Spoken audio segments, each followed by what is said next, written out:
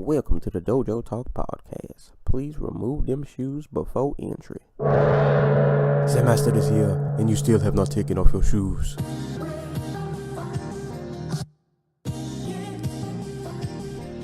Yeah.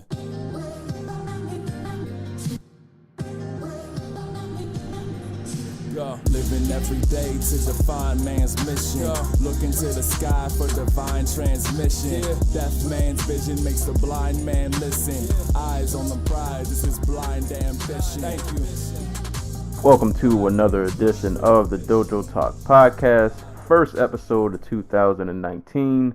I'm your host, Serial Sensei, and we're on episode number 117.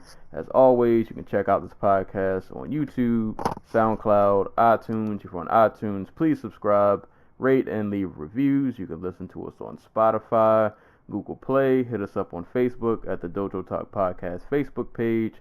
You can follow us also on Instagram at Dojo Talk Podcast and send questions to dojotalkpodcast@yahoo.com. And if you would like, you can follow me on Twitter at Serial Sensei. As always, bringing in 2019 with my co-host Antaku. What's going on, man? New year, worst version of myself. Let's go. There we go. That's the energy I want in 2019. I'm Only like 1% of you guys are actually going to be a New Year. I mean, I'm trying to be a worse version of myself. I'm trying to lower expectations. By that time I'm done, I'm just going to be a caricature of myself. You just catch me in 2050, just like screaming MMA hot takes, and MMA hasn't existed in like 20 years. There we go. That's the kind of energy we need in 2019. Before we started recording, we had a nice lengthy conversation about DC Comics and A Dog's Way Home. I'm just 2019 is gonna be fun.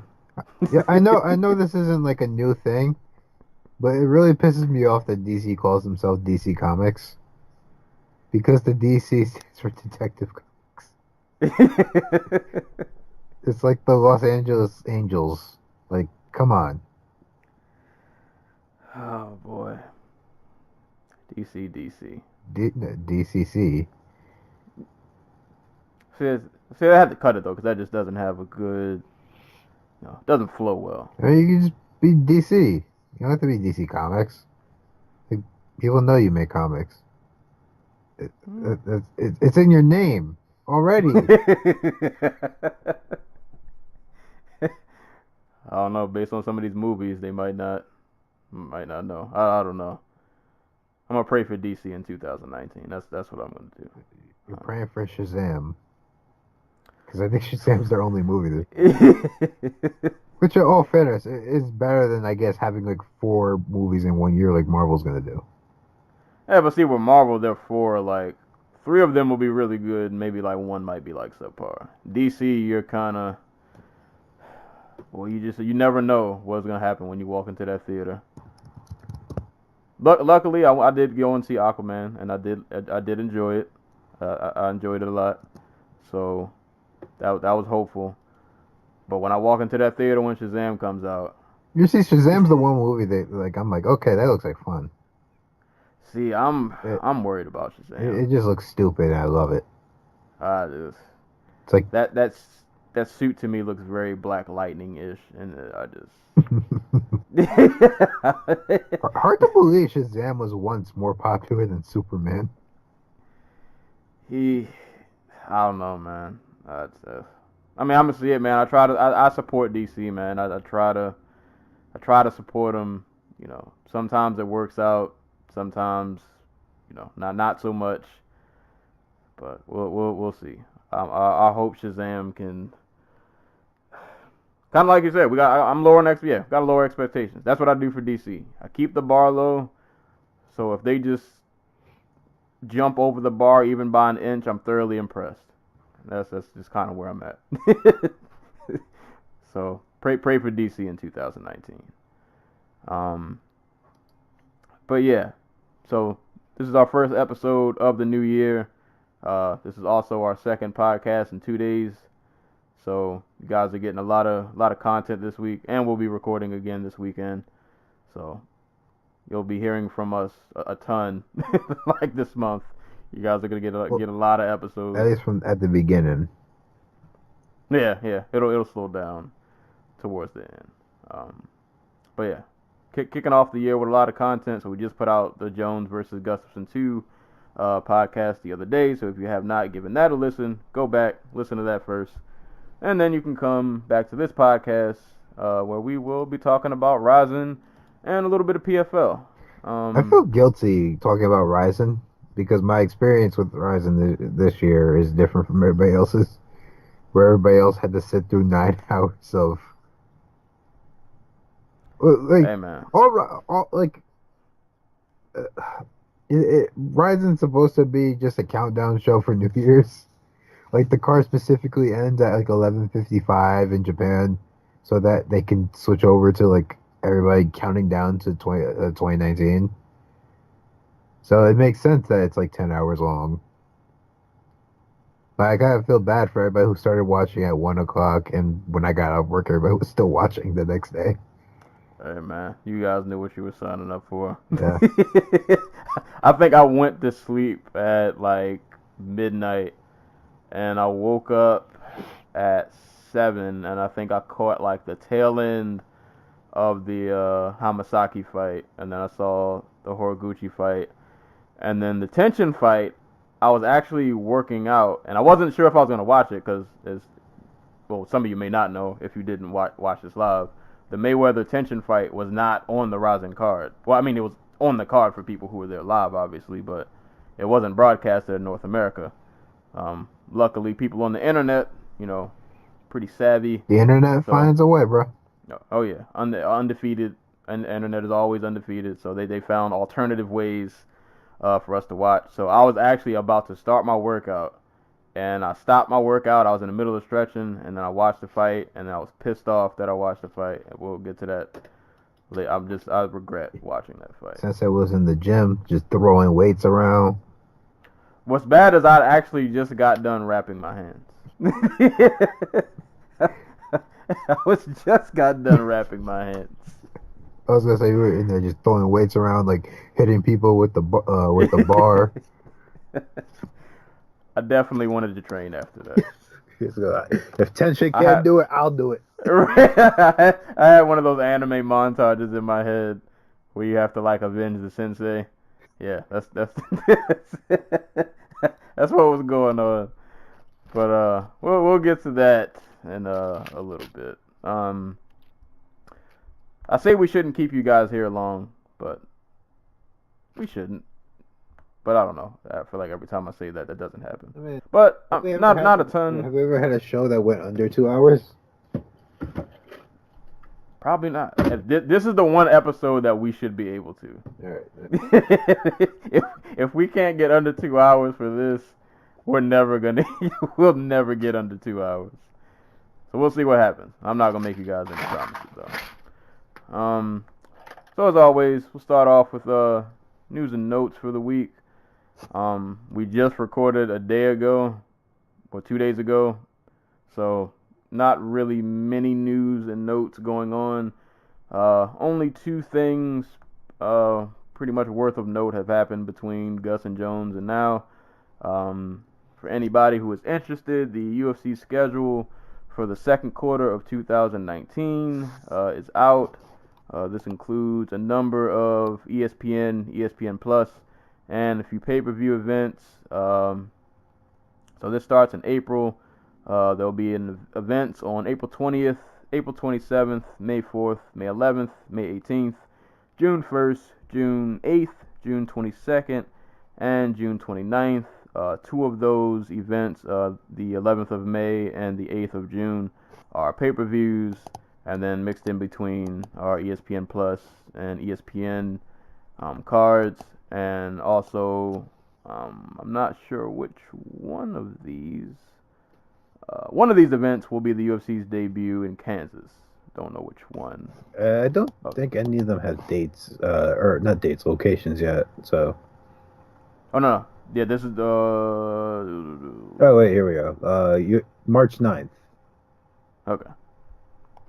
So if you're in Kansas, in Wichita, it will be at the Intrust Bank Arena on March 9th. And that'll be one of the ESPN Plus cards. So, if you're in Kansas, you've never been to a UFC event, you live anywhere near Wichita, go make your dream come true, I guess.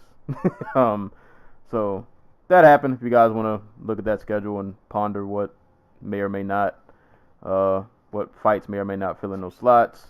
And the last bit of news, Jimmy Smith, commentator who came over from Bellator, came to the UFC, and they decided for whatever reason to not re-sign him. He posted it on Twitter, I want to say earlier today. We're recording this on New Year's, January the 1st. Oh, Happy New Year, by the way. Yeah, forgot. Happy New Year. Hope you guys, had a good New Year. No drinking and driving. Didn't wild out too much. Hopefully you didn't have to work like I did. That was kind of trash. But yeah, Happy New Year's. So yeah, Jimmy Smith unfortunately bought it in the new year, not being re-signed to the UFC. But I mean, I'm pretty sure he'll find another gig somewhere. Like one of the better commentators out there, and there are plenty of people I can think of who are worse than him. But I'm not gonna bash anybody. I mean, he's done boxing before too. Like when they were trying to make Friday Night Fights on Spike a thing. Like he was doing all the PBC cards alongside the pro boxers. So yeah, that could work. So he's got some versatility. So have him replace whoever the fuck is doing the freaking commentary on the DAZN cards, because they're terrible. Sergio Mora and that other guy, you guys suck. There you go. I'm pretty sure. Oh yeah, I'm pretty sure Jimmy Smith will find a home, pretty soon. So best of luck to him. Hopefully he, gets to bring his talent somewhere. And that's pretty much it for news and notes.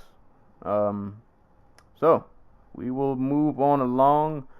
Today we will be covering Rizin 14, but we'll start off with PFL 11 because they just closed out their year. Won't be able to go into in-depth too much about a ton of these fights. I only saw 3 of them.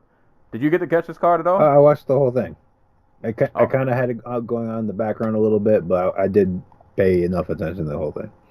Oh, all right. Well, you can give way more insight than I can, because I only saw 3 of these. So PFL 11 ended their year out in Madison Square Garden. Final card of the year. This is them ending their whole playoff, this whole new rebrand. So we got all of the final matchups and all of that good stuff. Guess we'll just start from the top. Main event and what was the welterweight final between Magomed Karamov and Ray Cooper III. Ray Cooper started off this tournament killing everybody. He murdered poor Jake Shields like twice in 1 year. He's been blasting through everybody. But Magomed, man, he spoiled the grand finale. He did a good job though. He had a good game plan. He did what I think Magomed did what Jake Shields was like trying to do, but he got punched 80,000 times and it didn't. It doesn't help when you're old. Yeah, old, not as athletic and not as fast. Magomed was able to close the distance, not get hit in the face 80,000 times. Kind of made it a really grimy kind of clinch and grappling fight. So he was kind of able to nullify Ray Cooper's striking. Forgive me, I only saw this fight once, so I can't remember how this got to the ground. I just remember Ray Cooper getting choked out. I don't remember. I want to say it was like on. Here we go. I have it pulled up in front of me. Yeah, Cooper went down because I have no idea why he went down, but like Magomed Karamov kind of just snapped him down, got the choke, dove on it, Yeah, it was a good fight though. Like Cooper, to his credit, got out of some serious trouble in the first round. Got the fight back up to the feet, and in spots was actually tagging Magomed Karamov pretty hard, but he just couldn't pull it together enough to actually follow through and get the whole finish. It sucks because he was really like, well, it doesn't suck for Magomed Karamov, but Cooper was really like the star of this PFL season. Like he's the dude who knocked out Jake Shields twice. And it's still kind of a big deal. Yeah, he out of all the fighters in this tournament, he probably had like the most hype behind him. Yeah, like there's a reason they were the main event of this card.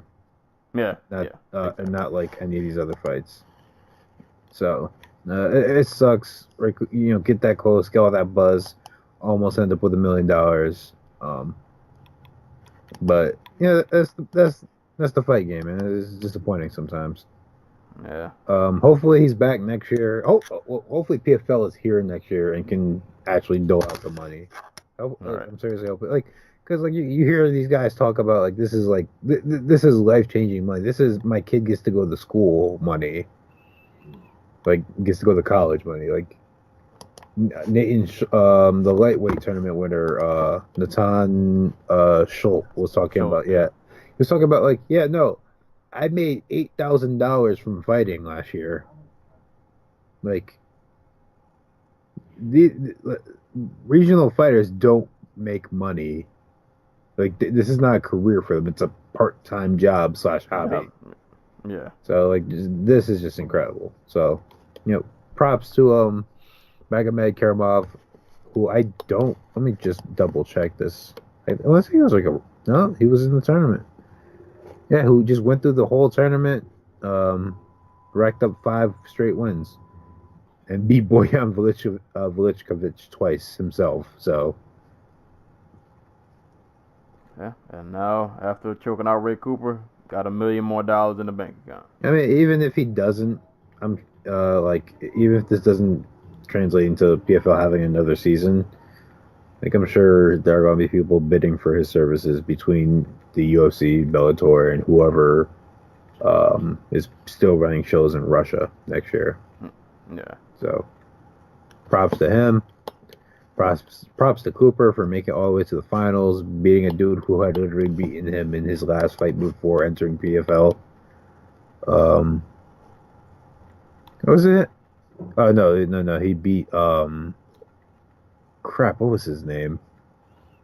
Yeah, he did. He beat Haddison Ferreira, who was his last fight before he was in PFL. So,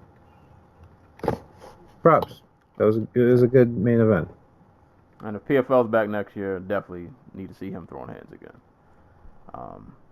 But yeah, Magomed Karamov, he got the $1 million, wins the welterweight final. So, congrats to him. Co-main event, Felipe Lins and Josh Copeland for the heavyweight title.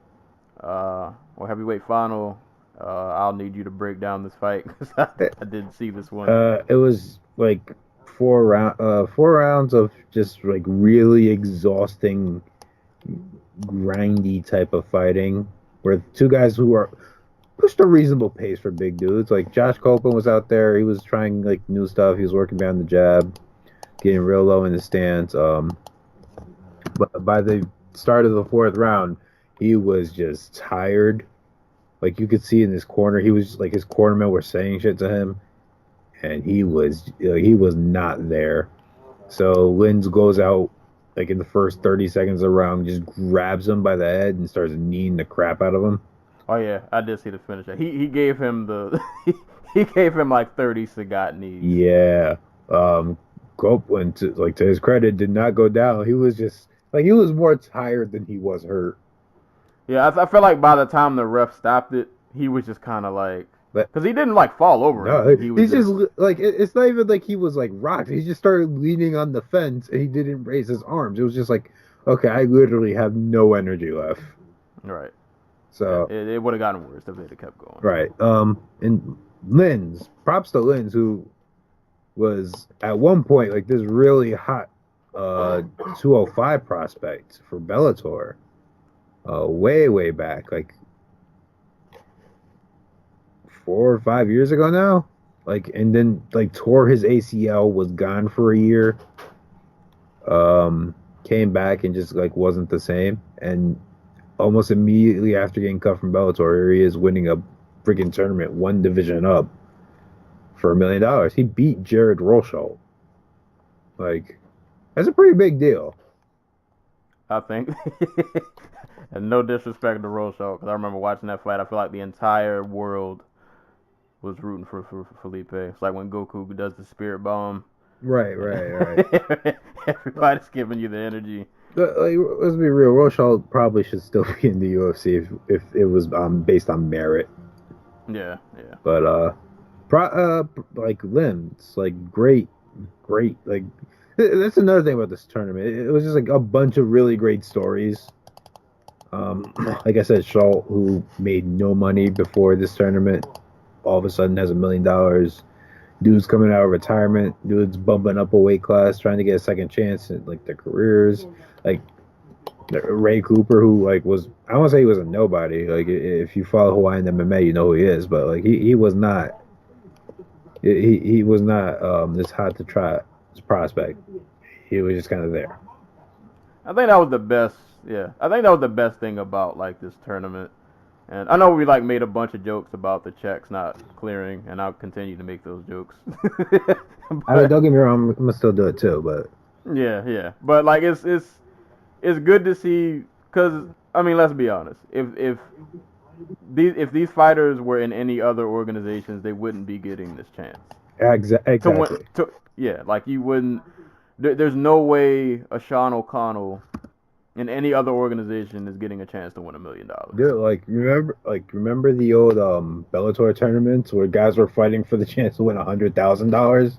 Right. And they were breaking down after winning the tournament, just crying because that's a lot of money. You go from making $250 to show up and $250 to win to making $100,000 for 3 fights. Right. In about 3 or 4 months. And now just imagine that here with $1 million. Is crazy. And obviously they're not getting $1 million after taxes and paying your fees and all that good stuff. But still, that's still a good. That's a nice chunk of change you did not have before. Exactly. That you weren't even close to making. So. And I don't know. Yeah. I don't know how they actually dole this money out. I saw on Twitter somebody, a journalist was "Oh, you don't get $1 million check, you get paid per fight," which to me sounds okay. You win your first fight in the playoffs, you get $333,333. I don't get how the payout structure works. Well, I hope as much as I make those jokes, I do hope that everybody on this card gets the money that they were supposed to get. Yeah. Because, dudes were out there to fight in a playoff style tournament. You're fighting multiple times within a short period, and you gotta hope your body's holding up, and that's a lot. That's a lot. These guys put in a lot of work to make it to this point. So you hope that they all, they get the prize that they were promised. Right. Not like the brothers over at the Wyoming World Bare Knuckle Fighting Federation. Yeah. Thing. Who I don't think have been paid yet. Still, I haven't heard any updates, so I'm gonna assume they still haven't gotten paid. Sad. Yeah, But Felipe Lins got the TKO in round 4 over Josh Copeland, winning the heavyweight final. So congratulations to you, sir. Going down to 205 light heavyweight final, Sean O'Connell and Vinny Magalhaes. Sean O'Connell won via TKO corner stoppage in round 3. It's another fight I also did not see. So how was this one? So Vinny Magalhaes gets O'Connell down in the first round, and it looks like he has it in the bag. But O'Connell survives on the ground with him, and then from the second round on, it was basically just O'Connell beating the crap out of Vinny Magalhaes. Magalhaes was visibly gassed by the second round, And by the end of the third, the referee was just like, "Yeah, dude, you're not even fighting anymore. You are literally just every time he hits you, you are legit getting knocked down." But O'Connell refuses to fall you to the ground, so you're allowed to get back up. Like he had nothing once the first round was over. So, but yeah, no, O'Connell freaking literally comes out of retirement just for this tournament, just for the shot of $1 million. I don't even think he was supposed to be in the final. Like he was like the 8th seed, I think. I want to say. Did somebody get like injured? I think either somebody got injured or he snuck in and just managed to win in the playoffs. Like he beat Dan Spawn and Smiliano Rama to get a spot in the finals. Like I know he lost to Atayev in the not the quarters, but like the first round. Hey man, snagging opportunities. Exactly. That's what it's about. You get the shot, you take it. I mean, and for $1 million, why not? So, hey man, he gets his $1 million. He's making more than probably a lot of other light heavyweights out there. That's the one kind of funny thing I enjoy about this payout. It's like a lot of these guys can look over at these other organizations, at fighters who are probably like way more, I guess, like respected and like ranked higher than them. But they can look at their bank account and be like, yeah, I don't have to wear Reebok every day. I'm not getting paid $30,000. Like I hope that $500,000 to get your ass whipped by John Jones was worth it, Gus. Right. Because guess who made $1 million this weekend? Yeah, right. You know, they're gonna have a little flex to bring in 2019. So, yeah, man. Congrats to Sean O'Connell defeating Vinny Magalhaes. On to the next fight, which was not for $1 million, but this was a fight I saw that I went out of my way to make sure I saw. Kayla Harrison versus Moriel Charnesky. I'm just glad, and I don't know how long they're gonna be able to do this, but I'm glad that PFL is at least making an effort to keep Kayla Harrison like somewhat active and busy, and just have her out there. I mean, not even somewhat. They got her 3 fights in like 6-7 months. That's a feat and a half. Yeah, and cause she's fun to watch, man. Boy, she caught Marielle with one of them judo throws, and it was over. Like from that very first throw she landed, it was pretty much a wrap. Like she got in full mount.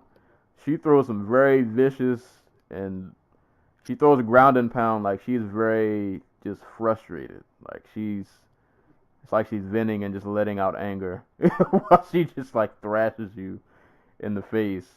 So she landed a lot of hard ground and pound. There was a moment where like Moriel, I think, had got back to her feet and got judo tossed again. Yep. And that second judo toss was wild. It's crazy to me that she was like that. The whole reason it took her so long to get into MMA was because the idea that she didn't like to hurt people, like she didn't want to punch anybody. And like her last 2 fights have shown, she has some ridiculously vicious ground and pound. Because she had at one point in this fight, she had she had Charnesky she had her back, and instead of just pounding on her, she grabbed one of her arms, wrapped it across her neck, so that like she could use it to hold her down, and then proceed to beat her with her free hand.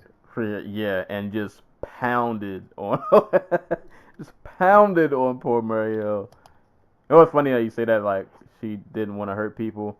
I imagine that, like, she's doing the ground and pound, but in her head, she's, like, crying, like, it hurts me more than it hurts you. It's like it's like Uriah Hall, like, apologizing to Adam Sella after backing out. Yeah, when she pinned her arm down, and it looked so uncomfortable because she had it, like, wrapped around her whole face, like she wasn't even trying to let her breathe. Like, yeah, it was vicious. And then she has eventually the chops for this, man. No, yeah, she does. and I hope I hope PFL can keep, like you said, they're doing a good job so far of just finding her opponents. I hope this can continue. I'm not as well versed in that weight class at all, so I don't know who else is really out there. But whoever it is, I don't care. I just want to see Kayla Harrison just continue to fight. Yeah, there's not a lot left out there. I'll be honest with you. Like I'm surprised. I don't know who this Charnesky woman was before they brought her in. I don't know. Maybe her next step is to go to Rizin and just Did fight Gabby Garcia? yeah, just Why not? that might just be the only options. Cause I could imagine, man, like she's a thick, like sturdy 155. She competed at like, what, 167, like with 75 kilograms. Cause I'm like, I don't know, like, could she cut the 45? She looks kind of. She competed at 165 pounds in the Olympics. I imagine she could cut to 145 if she really, really wanted to, but that was the other thing that kept her out of the sport for the longest time. She didn't like the idea of having to cut weight. Like she cut no weight for the Olympics. Like she was basically like hovering around 165 the entire time. Cause I feel like I don't know how long the 55 thing can last, but like if she can cut the 45 somehow and like do it, obviously healthy and not have any issues, right? That that there could definitely be a lot of fun fights out there for her, and a lot more opportunity. And I mean, I don't know, I think it'll be a nice addition to Bellator's roster if they could somehow snag her up and that like became a thing. Yeah, like I think Kayla Harrison is the only way the UFC keeps the women's 145 division. Like if that's a thing in the future, like we don't know because they want to put on that 155 tournament for next year, which I think would be a smart move not in terms of like, oh my god, this is such high level MMA and there's so much talent out here, but just like you put Kayla Harrison in a spot where she's going to be like winning a lot of money and specifically fighting to win a lot of money. You get the title, but like with Ronda Rousey, you seem kind of secondary. All right. But like, here's a message to like all the Olympians and athletes in other sports who are just kind of sitting around on their hands waiting, like not making any money. Like, hey, if you come over and do this MMA thing, there's an opportunity to make just a ridiculous amount of money really, really quickly. And I don't know if that draws anybody over the sport, like, but it's something. Yeah, it's better because most athletes, I'd imagine, whether you're like an Olympian or maybe like you're somebody who, you did some kind of athletics in college. Exactly. You want to keep, if you can help it, you want to keep doing something that's competitive. Like you don't want to go from I competed 4 years in college to now I just have a desk job. There's a reason that the American heavyweight scene is just dominated by former football players. Right. And the one basketball player who managed to win the world title. Yeah, man. You don't lose that competitive edge. That doesn't just go away. But nah, man, Kayla Harrison's awesome, man. I really enjoy watching her fight. Her judo is crazy. Ground and pound is just vicious. So I hope in 2019 we get to see a lot more of her. So shout outs to her. Fortunately, she didn't get $1 million, but next year she won. Yeah, maybe next year. I mean, maybe. We'll see. PFL, please stay around. Oh yeah. Don't go under for money laundering or something crazy. but shout outs to Kayla Harrison, man. Really awesome performance. Next fight, going on to the lightweight finals, we had Natan Schultz and Rashid Magomedov. Once again, a fight I did not see. So it was a really oddly paced lightweight bout. It's like it's the fastest paced Rashid Magomedov fight, I guess. It's the best way to put it. Nathan Schultz was like it was one of those things where Magomedov was pretty clearly the more skilled of the two, but his reluctance to ever actually turn up the volume opened the window for Schultz to win rounds just based on volume. And also, he had an eye poke that was a result of Schultz coming in and him trying to push away. That actually ended up costing him a point. I was actually really surprised. He took the referee took the point right away, like no warning, no, don't do that again type deal. It was just like, nope. We talked. I guess they talked about it in the back beforehand. You're getting a point taken away, and that was the window Magomedov needed. Like Schultz needed. I think that probably that probably halted a little bit of Magomedov's defense. But it was a really weirdly paced fight. Like, have you ever seen who was it? Alistair Overeem versus Sergey Karatanov. The second one, where it's just like it feels like they're fighting at like a weird pace for the size they are. It kind of felt like that. And it went 5 rounds. Yeah.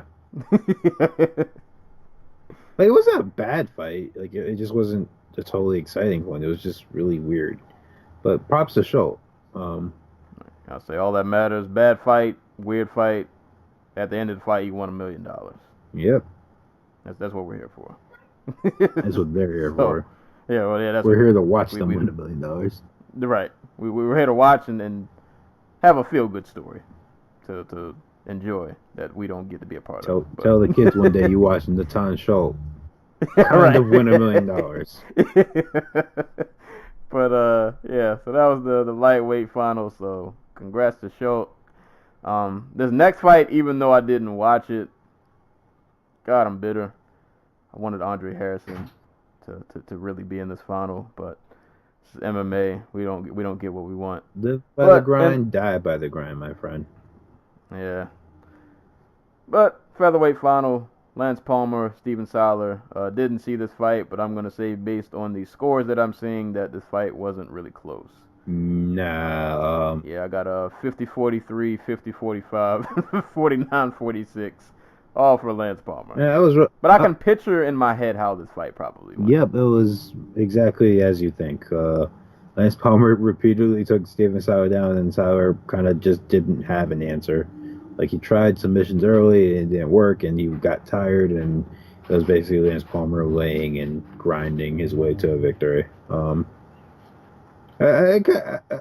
Another feel-good story in this tournament, Steven Siler, who somehow ended up the number 1 seed after the first round, the round robin round, because he just unlike everybody else in the in his bracket in the featherweight field, dude's a finisher, and he can rack up a lot of finishes pretty quickly if you give him the opportunity.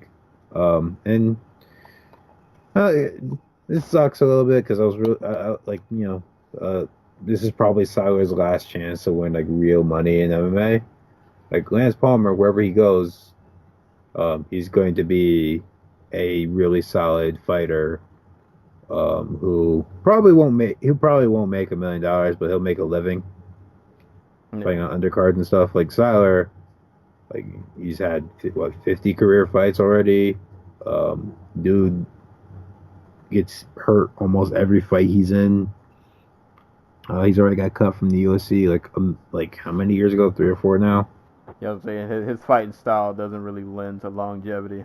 Longevity and just like success, I guess, like the consistent success, the type that gets you a paycheck every few months. But this tournament format was great for him. He fought every couple of months. Guys didn't really have time to game plan around his submission game. Just like grit counts for so much more when you don't really have a plan. Guys are a lot more insistent on hopping on every opportunity they get. and that leaves a lot of openings. And Sauer is the exact type of dude who will take advantage of those types of things. So, it sucks for Sauer. Hopefully, he competes again next year. I can't imagine they won't have the number 1 seed and probably the most exciting dude in the featherweight tournament compete unless he's like unhealthy or retires or something like that. So, it was. We'll see. Yeah, this was probably the. I'm gonna let me say like the worst fight on the card. Like it wasn't bad, or it wasn't unbearable, but it was a Palmer. It was fight. a Lance Palmer fight. If you've seen one Lance Palmer fight, you've seen enough. Yeah, you've seen them all. Yeah, pretty much. But hey, Lance Palmer's good at what he does. It might not be the most exciting thing to watch, but it's effective when it works. So Lance Palmer brings back $1 million. Him and all the Team Alpha Male boys going crazy. All the short Team Alpha Male guys can go ride roller coasters or something. I wonder if like one of them can't meet the height requirement. Isn't the height requirement for most like roller coasters just like 5 feet? Is it? I don't remember. That'll be funny if just like one of them can't go. And it's Uriah. Like one guy. Yeah. Well, I guess Joseph Benavidez is technically. Like, I was gonna say Benavidez. They got to leave him at the end of the line. He's got to go at the end of the roller coaster and like wait for the. He's got to wait for the ride to be over. We could just have Megan O'Leary go on with him. It's fine. Oh man! But congrats to Lance Palmer, man, winning the featherweight final, getting his $1 million payday. And the last $1 million payday going down at middleweight, Lewis Taylor and Abu Sufyan Magomedov. This was a nice story, man. Lewis Taylor was 39 years old, I think. Yeah, he's 39. 39 years old. I don't know if he had planned on retiring before this, but I would think at 39, it probably was the last hoorah. And I want to say, I think going into this fight, Magomedov was the favorite, and Taylor shut that down. There were a couple leg kicks thrown, a couple stand switches, and then Lewis Taylor leaped in with a left hook, caught Magomedov right on the temple, and he died on the spot. I think he ate one ground and pound follow-up. Yeah. Probably didn't even need to do that, but he caught it anyway. And Lewis Taylor at 39 years old, and I don't mean the term journeyman in disrespect, but this is a man who's been around the block a few times. Like we stated earlier, this is a guy who in other organizations, I mean, he's been in Strikeforce, he's been in Bellator, he was in PFL back when they were just WSOF. Like, this is a guy who in any of these other organizations would not have gotten a chance to make this kind of money, or have this kind of opportunity. And he got $1 million payday at 39 years old, and he had his family in the crowd, wife's crying, and it was a good moment. It was a nice feel-good moment, and boy, oh boy, did he. If you're going to retire and set off into the sunset, this is the way to do it. Well, he said he was going to do it again next year. Oh. I mean, I can't blame him. Yeah, go for two. It's better than $1 million? Yeah. $2 million. Yeah, you gotta go win. I mean, dude, you putting hands on people like that. Dude, just like, if I won $1 million, you're damn right I'm going again. And then I was gonna say, like, another thing, and we didn't even mention this earlier, with this $1 million, I mean, aside from obviously, put the kids through school and take care of home, I don't know what gyms a lot of these guys train at, but with $1 million, if I'm thinking of going to a better gym, I can do it now with no question. Right. Like, I have the money I can upgrade my training, or bring in other training partners, whatever it is you want to do, now you have the resources and options to do so. So, and that'll only help you get better. So, exactly. Shout outs to Lewis Taylor. Go for the 2-peat. Real quick, Jordan Breen, former Sure Dog radio host, Jordan Breen, tweeted out the story about Lewis Taylor. Well, not really a story, but that I had no idea about. Like his nickname used to be Handguns. Yeah. And for those who don't know, like Lewis Taylor comes from Chicago, which is it's not number one when it comes to murder per capita in the U.S. I think that's like St. Louis, but it's up there. St. Louis or Baltimore. I don't think we're up there no more. Yeah. I think somebody took our crown. Yeah, I think it's St. Louis. But so in honor, well, not in honor, like in protest and awareness and whatever you want to call it, he decided to change his nickname from Lewis Handguns Taylor to Lewis Put the Guns Down Taylor with a Z. And I love that. So shouts to Lewis Taylor for that as well. We put them guns on him. But it was the legal way. Illegal and sanctioned way. Exactly. But yeah, that's an awesome story. So shout outs to Lewis Taylor, man. 39 years old, getting that mill. And I guess we'll see next year if he can come back with a 2-peat. I guess in closing, if next year happens. Yeah, and that's what I was gonna lead into. To close out the PFL, I really liked what they did this year. I like that just there are other organizations who just tried something. I mean, not that the tournament format isn't different. We've seen that before, but like trying to make a whole playoff structure with seeding and all of this, yeah, it's kind of weird, it's kind of funky, but like it's something different, and like I think they pulled it off pretty well. Like I still think there are things they could do to change it. Like I think the most glaring problem they had with this whole setup was it was evident with the Ray Cooper and Jake Shields. Like there's no reason those two should have matched up twice. Like somehow they got to figure out the seeding to switch it up or something to where, because there were a couple of matches that were like repeats that we just didn't need to see. Right. Didn't they do a one night tournament a few years ago, and the guy who ended up losing in the first round ended up winning the whole damn thing because the guy got hurt? Yeah, something like that. I think it was Luis Firmino who won the tournament. Yeah. But yeah, like tournaments come with these types of, like, no matter what the rules are, there's always going to be some funkiness to it because somebody gets hurt. I just think they should do, well, I didn't pay attention. I don't think they did it like this, but they should do their seeding the way like the NBA does. Like your number 1 guy should fight like the number 8. Well, they did that. Was that way? Yeah.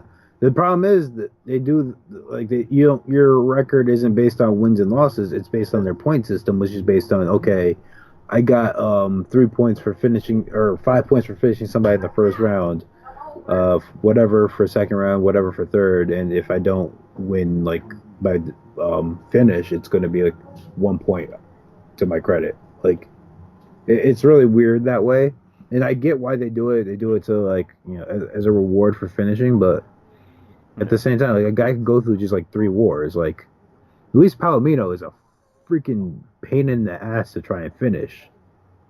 Like, and it's just crazy to me to, like, penalize somebody for having a war with somebody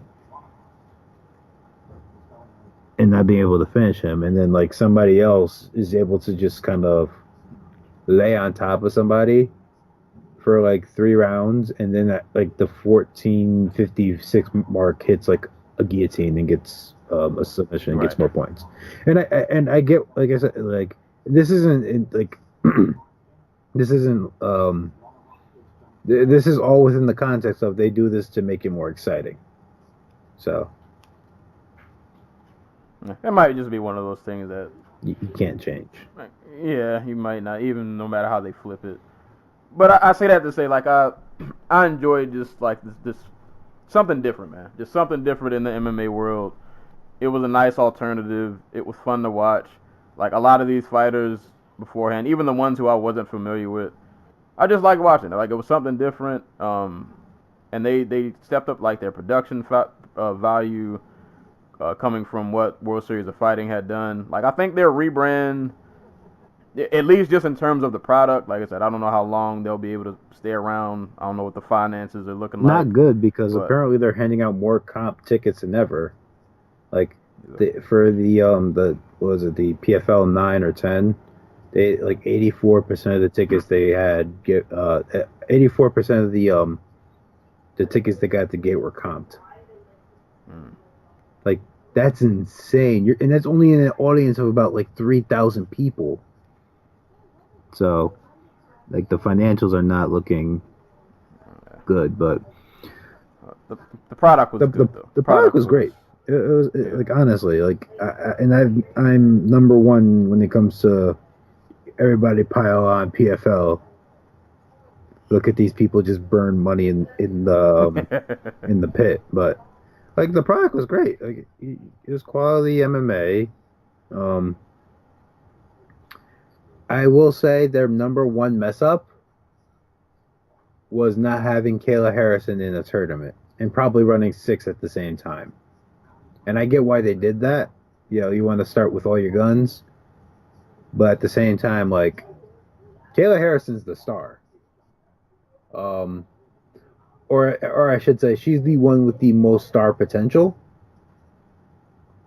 Because, you know, as great as a story as Lewis Taylor is, and as great as a story as, like, I don't know, what's the dude who won the welterweight, Magomed Karamov is, like, those are not stories that are going to get, like, mainstream sports coverage. Like, Kayla Harrison winning $1 million after winning 2 Olympic judo medals at the Olympics for judo, that's the type of story that's going to get you coverage on ESPN. She's Wheatie box material. Exactly. Yeah. So so if I had like any criticism of PFL, you know, it'd probably be just not putting together that lightweight tournament sooner. And I get why they didn't do it. You know, it's a logistical nightmare. Who do you bring in? Who gets? You know, who? Yeah. Taylor had not Taylor. Kayla has not fought MMA before like last June. So like, you probably have to do a lot of digging. Digging and hand holding. Like, they had not seen her yet in the cage prior to the Elkin fight. And like even then, her next fight was like Gisette Cotton, who has like 9 professional fights. Like, come on, I get it. It'd be a big risk to put $1 million on the line like that for one woman in a tournament, and then she somehow not. Yeah, like there's a good chance she goes out there and gets knocked out. Like you don't know what you're dealing with in cage product wise. But now, like that, she better be the focal point of the $1 million tournament. Like, I don't know, go get not Julia, but Charmaine Tweet. Go see if you can give Veronica Ruth. What was her name? Veronica Ruthenhauser. And with the crazy knockout at Invicta way back, or was it Invicta or was it on the regional scene? Veronica Ruthenhauser. She was the one. Yeah, she's the one with the big knockout punch at Invicta 4. Yeah. Like, go see. Who she knock out? It was someone, Catalina Molengano. It was just the way she did it that was like, oh my god, I don't believe women can hit this hard type deal. It was like one of those. It was like how Jinyu Frey got big. Go see if you could dig her out of retirement though. Like, dude, like who they got to come out of retirement for $1 million? You know what I mean? Yeah, I was gonna say the incentive to get these people to participate, pretty easy to sell. Like, listen, man, you throw on these gloves, you train for a little bit, you got a chance to win $1 million. Yes. Like, and I think Veronica retired because of like she was worried about like problems with like CTE and stuff. But like, I'm sure she'd do it for $1 million. For $1 million, you'll risk it. Yeah. Yeah. You'll risk it for it. You can go get Charmaine Tweet. I don't know if Bellator would like be like.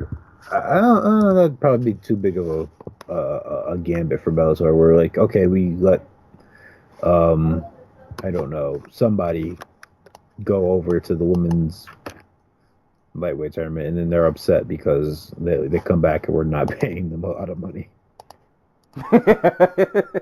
They won. They won the mill in PFL. They just shred the Bellator contract. Or they just go back to Bellator and they're like, I just made $1 million in 3 fights. Like, why are you guys not paying me that? Like, they're not even on real TV. Like, oh, you can get Reina?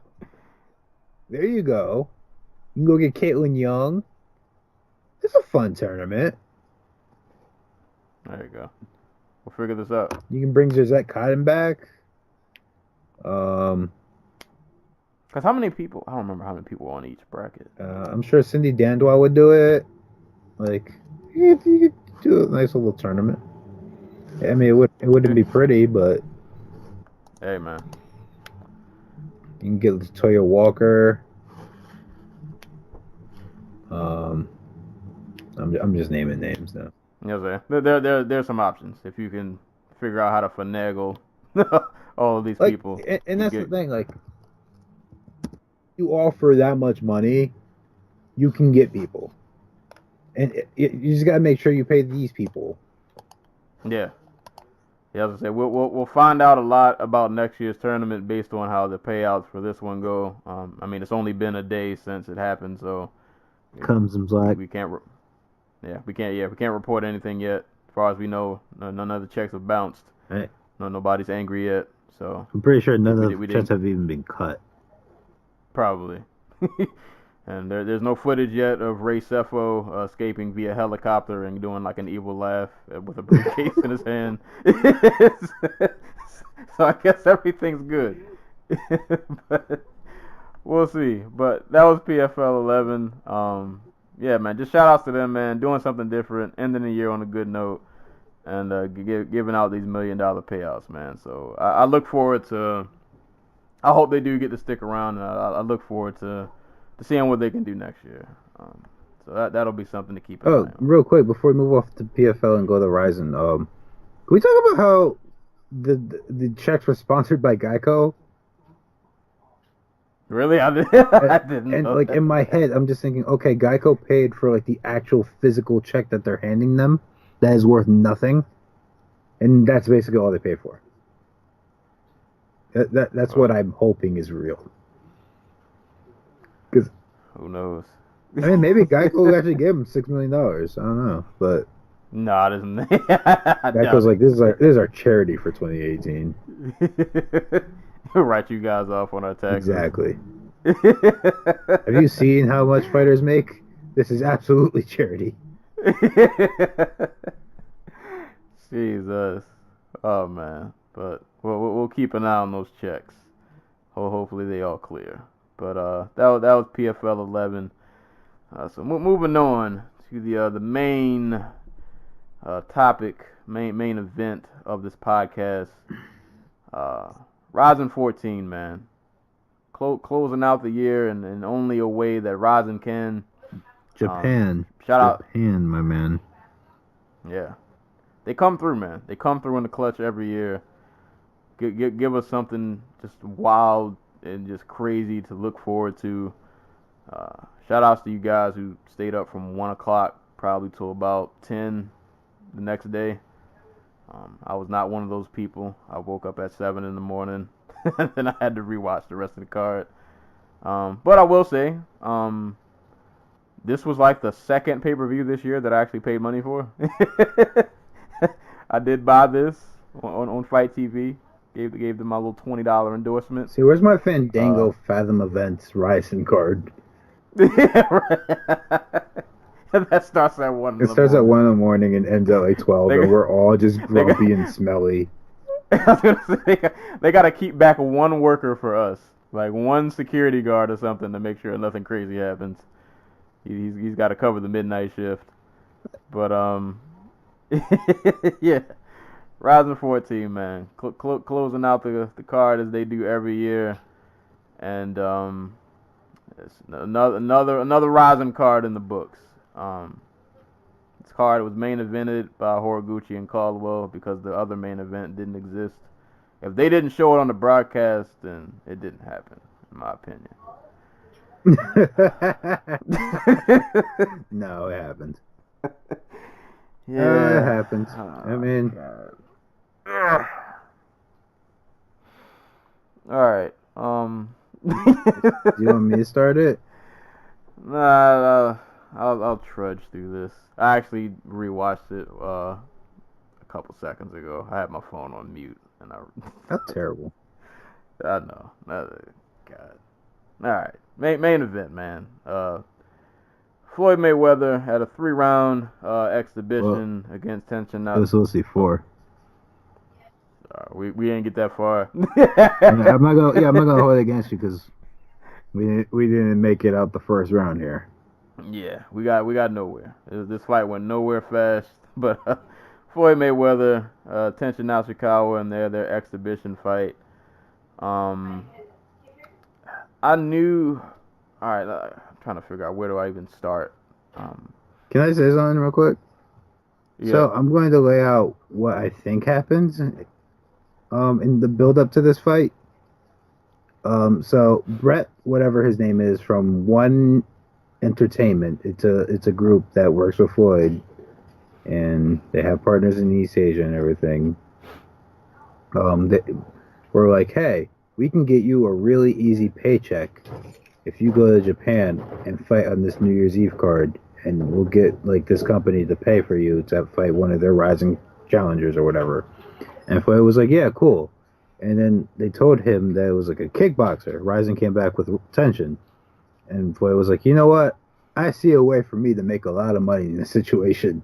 So what I'm going to do is I'm going to not agree to the rules yet. Go do a press conference in Japan. And then as soon as I come back, I'm going to say they lied to me, so that they are put in a spot where they have to give me what I want in order to make this fight happen. Because they already brought me out to Japan and announced that I was going to be on the card. I think that is what happened. I think that's why Floyd's saying he's getting paid $9 million as opposed to the $61 million. What's his name was going to say? What's his name said was going to be paid to him. Here or there, he's just lying and he's ducking taxes, which is also a possibility. So yeah, I think that's what happened here. And it ended with Rizin's top star getting the shit kicked out of him in front of the largest TV audience they have all year round. Yeah. What a bummer. When this fight, first of all, when this fight first started, I noticed things that I probably should have known before. I think I just underestimated how much bigger Floyd was than Tension. I feel like,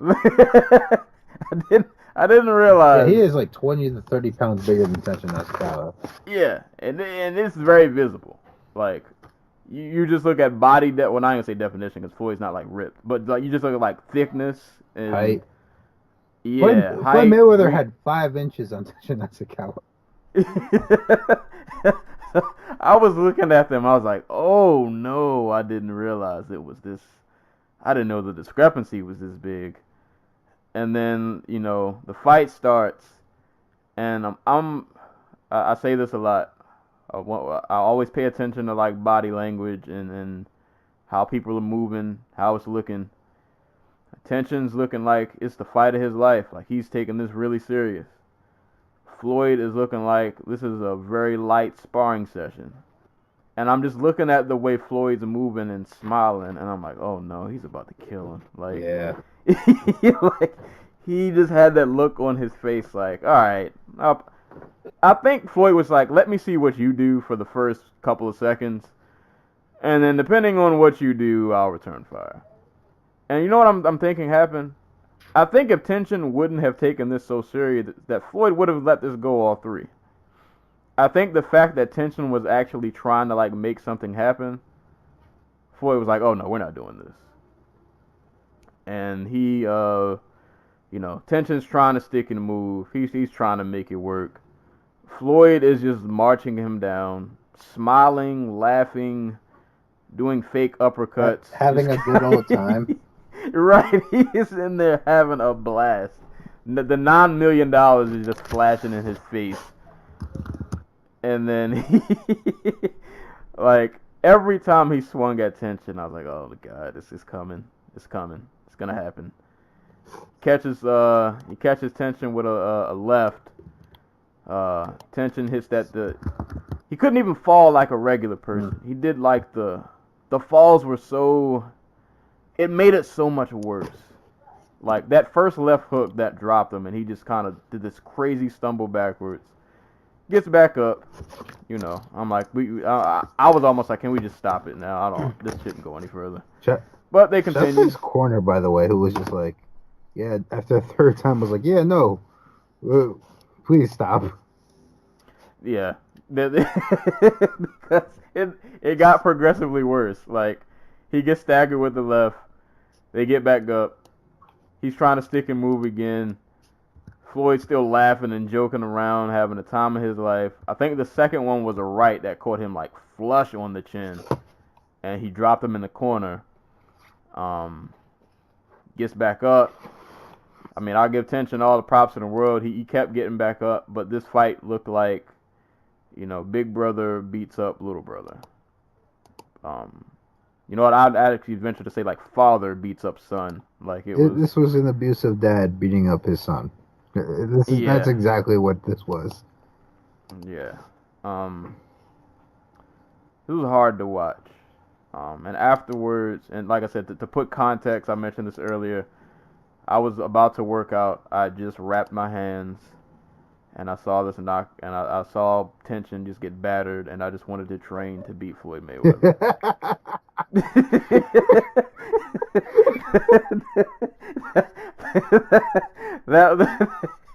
So in 30 years, when Floyd's like 70, I'm coming, man. He can still move. He's in there beating the shit out of Charlie Z.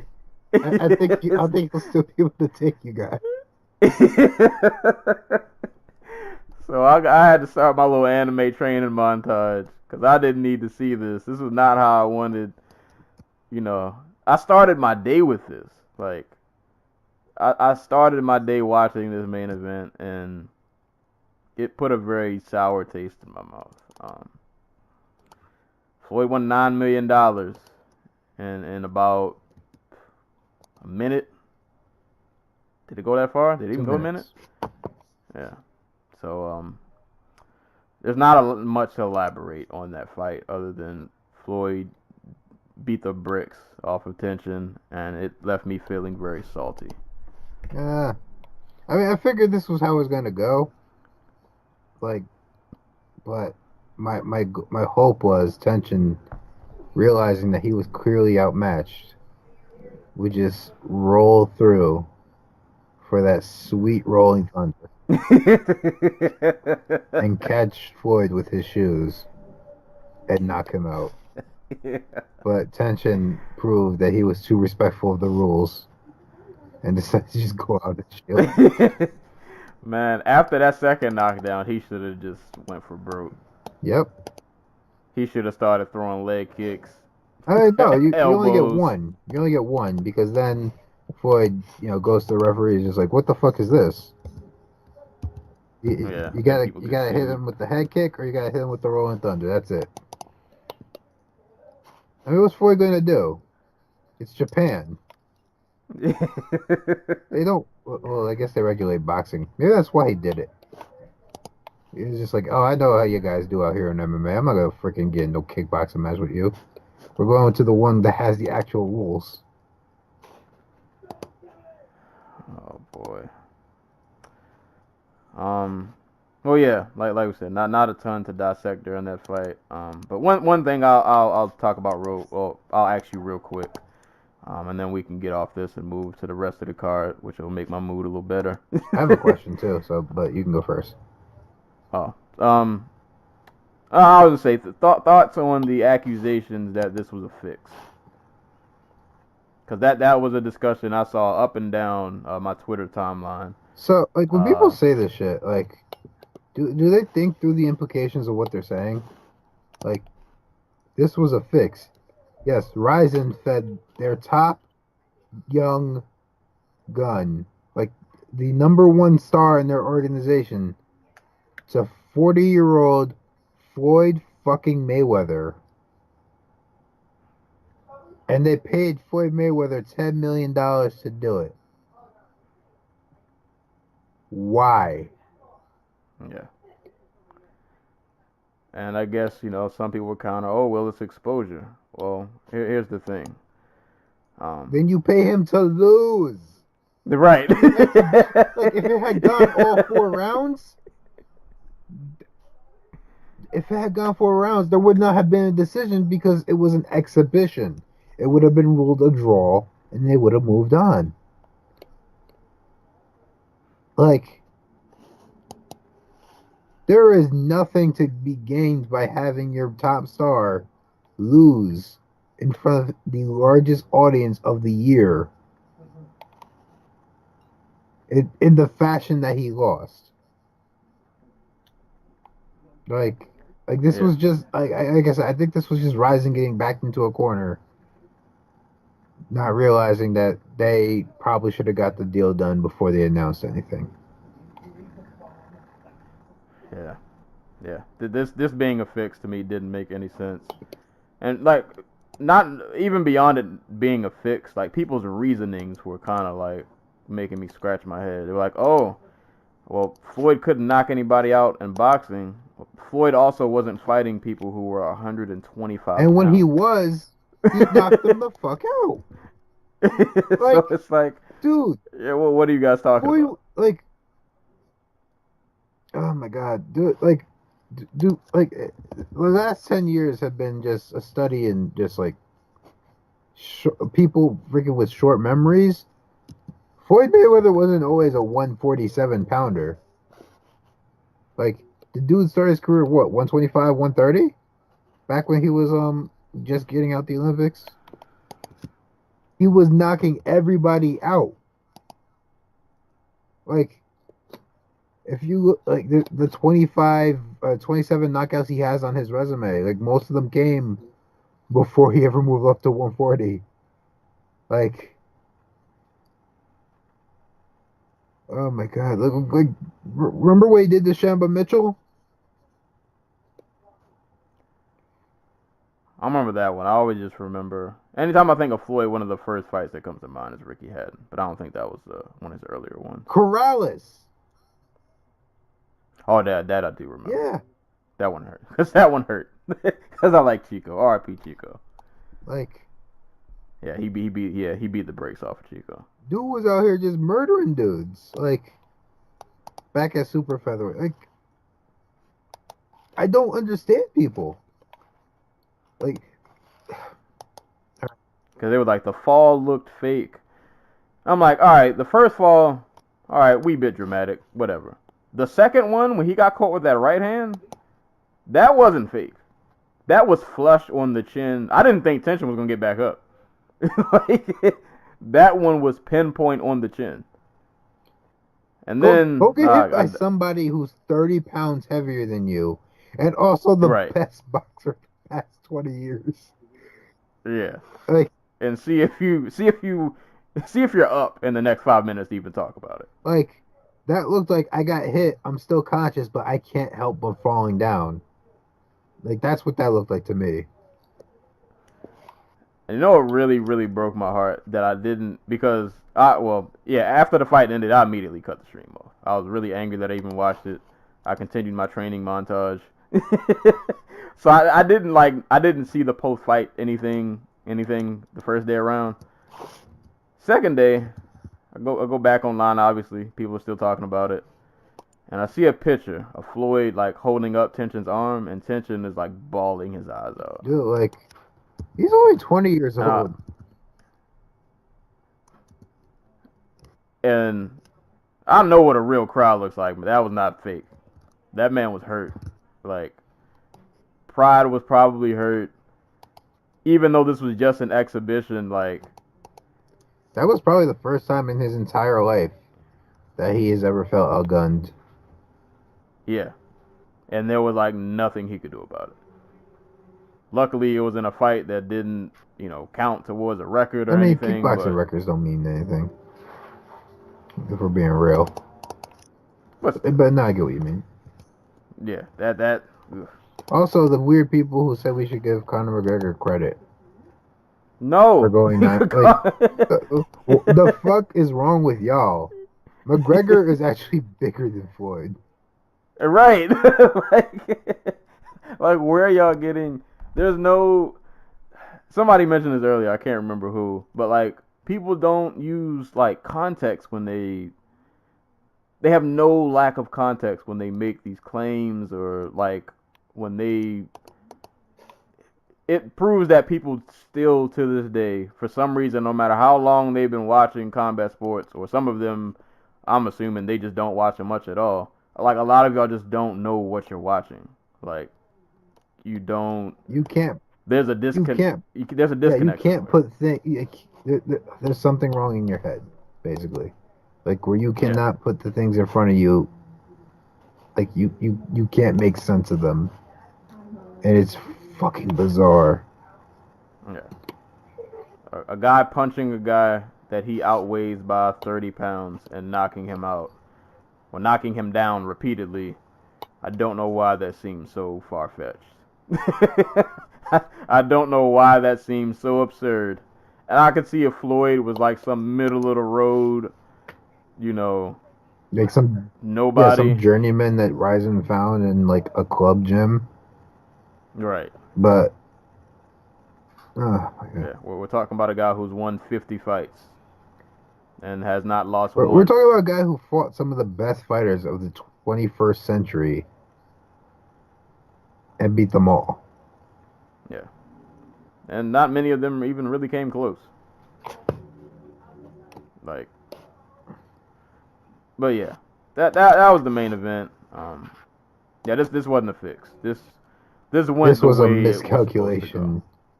go. Yeah. That went way too far. You know, maybe there is some good that comes from this.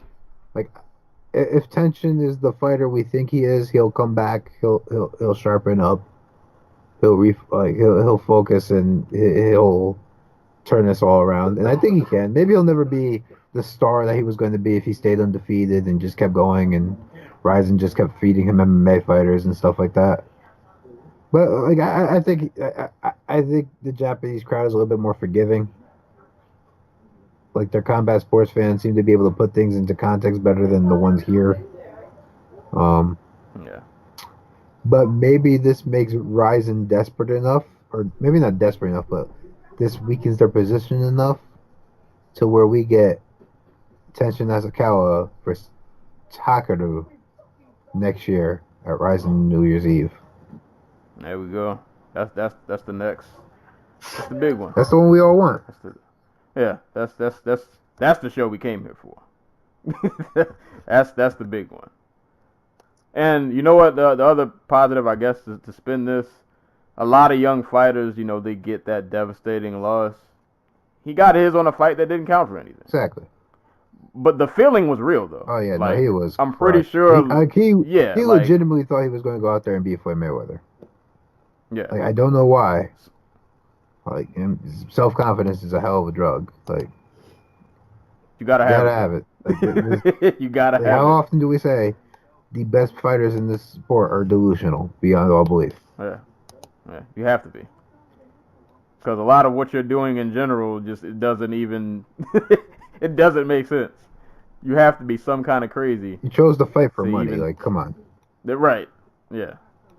But like I said, he got his loss on a fight that didn't count for anything, but he still got all of the feeling that, you know, most of it, you know, wasn't for like a belt or anything. He got a real world feeling of what that can taste like.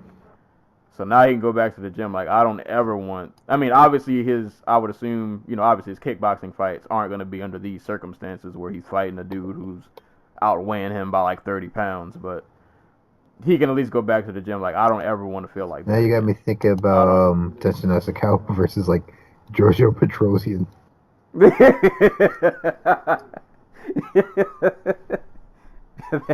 Have him up against what's the 45 dude from Glory? Robin Van Roosmalen. Yeah. Well, he lost. He lost to what's his name? Oh yeah, he did. So. Yeah, that dude's a beast too. The guy he lost to, I can't remember his name. I think it was one of the Thai guys, right? I think he lost to. Pechpanrum. Yeah. Wrong. Yeah, that dude's nasty. That dude's pretty good. But nah, man, that was the main event. What was inevitable just came to Exactly. pass, and it was just painful to watch. But all for that fight, man. On to better happenings. On to the real main event. Kyoji Horiguchi, Darian Caldwell fighting for the bantamweight title.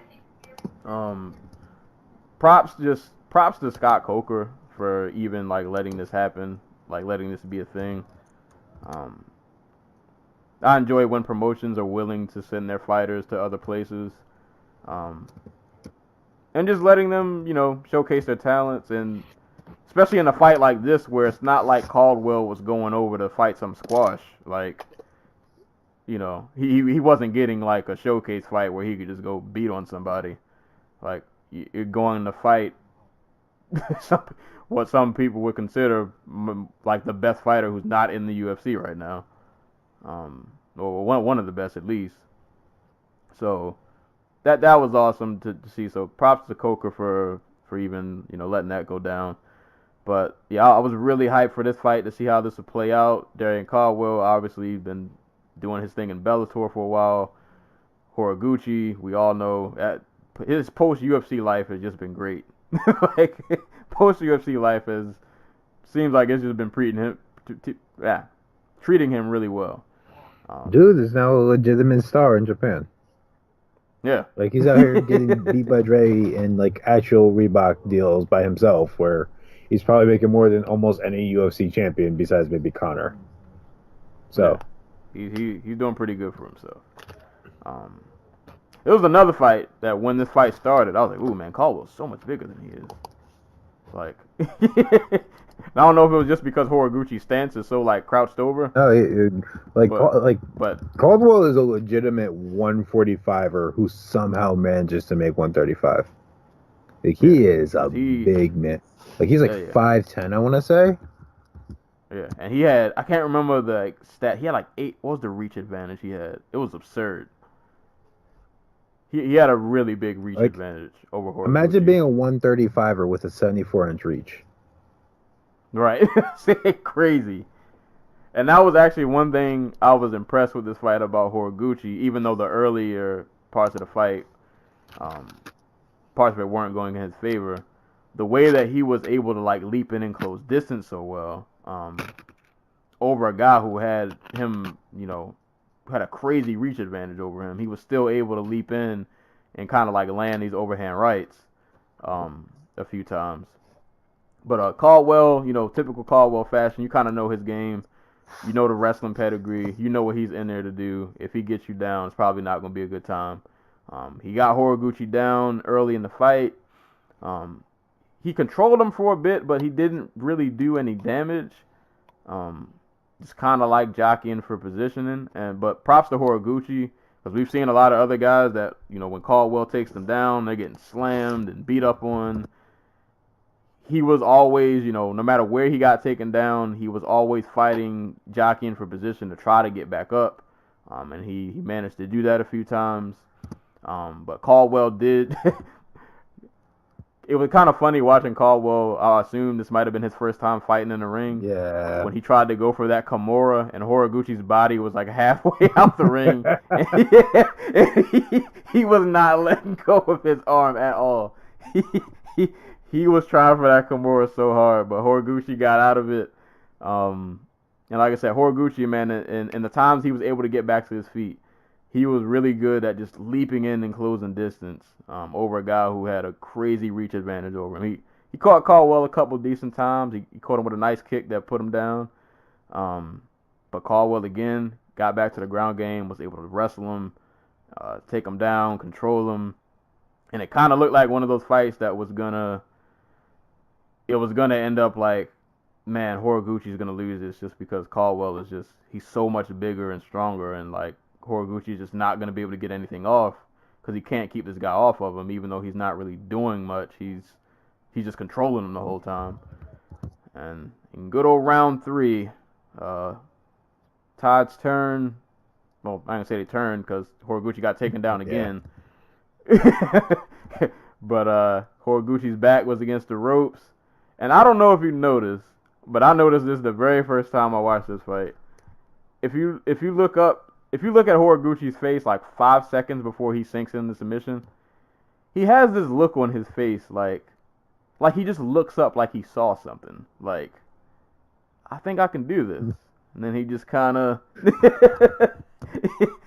he just kind of reaches in for the guillotine. And it looked like Caldwell got too. I think because his wrestling was working so well that he kind of just got. He had a chill moment, and I don't know, maybe he just got too lackadaisical. Because Kyoji just had this little smirk on his face, like, oh, I think I got this. And he just kind of, he sinks it in. And for a second, like, he got it in, it looked tight, and I thought Caldwell was going to end up getting out, because from the camera angle, I couldn't tell what it looked like on the other side. Like, I didn't know, like, if his head was about to slip out and he was, about to pop back out. But head didn't pop back out. He gets choked out. Very reminiscent of the Joe Ty Mingler. Yep. Pretty much that happened. Horiguchi gets a huge win over Bellator's champ, further cementing himself as, like you said, he's on that superstar status now. Dude. But besides, like, Demetrius Johnson, is Kyoji Horiguchi the best fighter not in the UFC right now? Yeah, he at this point, a win like that is hard to argue. It's hard to argue for anybody else. Like I said, like, Caldwell would be a very good sized featherweight. He wouldn't be like the largest one. Still probably be like a Max Holloway or no, not Max, like Brian Ortega, like thicker. But dude is huge for 135. Horiguchi's an all right size 125er. Right. So, that tells you all you need to know about the size difference here and how impressive this win is for him.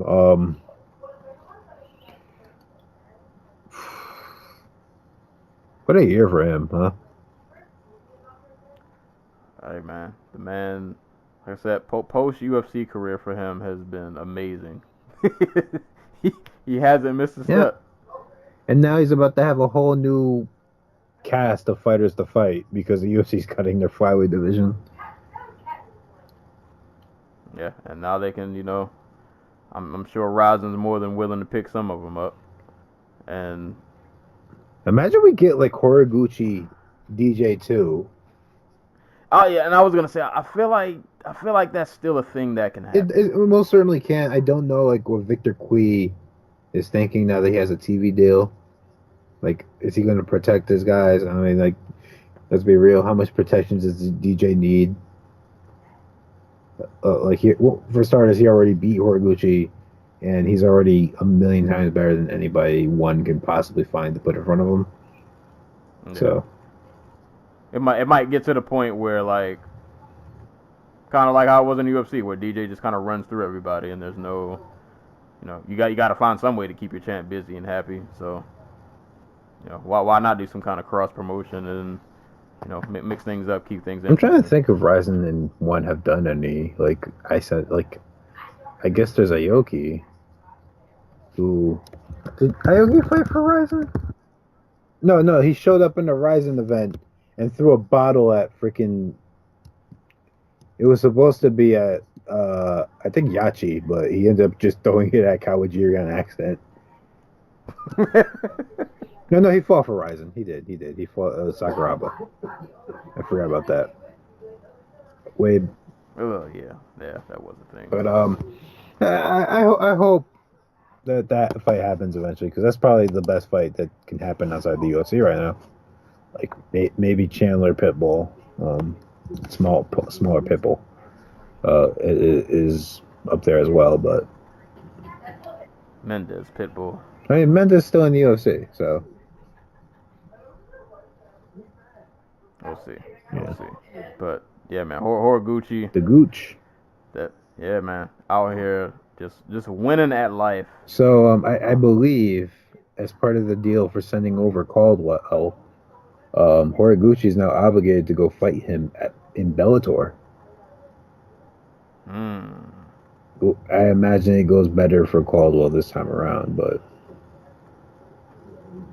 you never know. I think Horiguchi's style is stunted a little bit by the ring. I know he's been having all the success and like everything, but the cage, especially a cage like Bellator's cage where there are no corners, provides just a lot of space for these karate guys to move around at range. Like, it's a lot easier to cut somebody off in a ring than is a cage. Yeah. So that's an interesting matchup. I'm curious for Horiguchi. No, he's now the lineal bantamweight champion. Well, I mean, is well, I guess the Sunsel's technically the bantamweight champion because Tyson Nam lost it to freaking Marlon Moraes. Because he was the lineal champion. Man, oh man. Yeah, with Bellator, just bad luck sending their champions out to fight other guys. But you know what, I appreciate it, though. You know what? Yeah. You know what? I appreciate that they have the gall. They'll especially do it. Since they only freaking have their bantamweight champion fight like once a year in his actual division. Yeah. So I'm with it. Yeah. I give him props because, no, I don't think a lot of other organizations are willing to. They're not going to throw their guys out there like that, especially against a guy like Horiguchi. Like, so that's a phone call a lot of people are ignoring. But shout out to Horiguchi, man, out here winning that life. But I'm still looking forward to see Caldwell again. I'm still a big fan of his. That's gotta suck though, man. He's doing so well, and then. Hey. Like, he was doing well, but like at the same time, it was the same type of well where, like, come on, like, he's not really doing a lot. Like, yeah. Like, that was a lot of laying playing. And I was going to say, with the way Rizin scores fights, because it's not a round-by-round basis. Who knows if he was going to win on the scorecards. Yeah. Had Horiguchi just had one big moment in, like, the third, like maybe he got backs up and he cracks Caldwell one time, he could have realistically still stole the fight.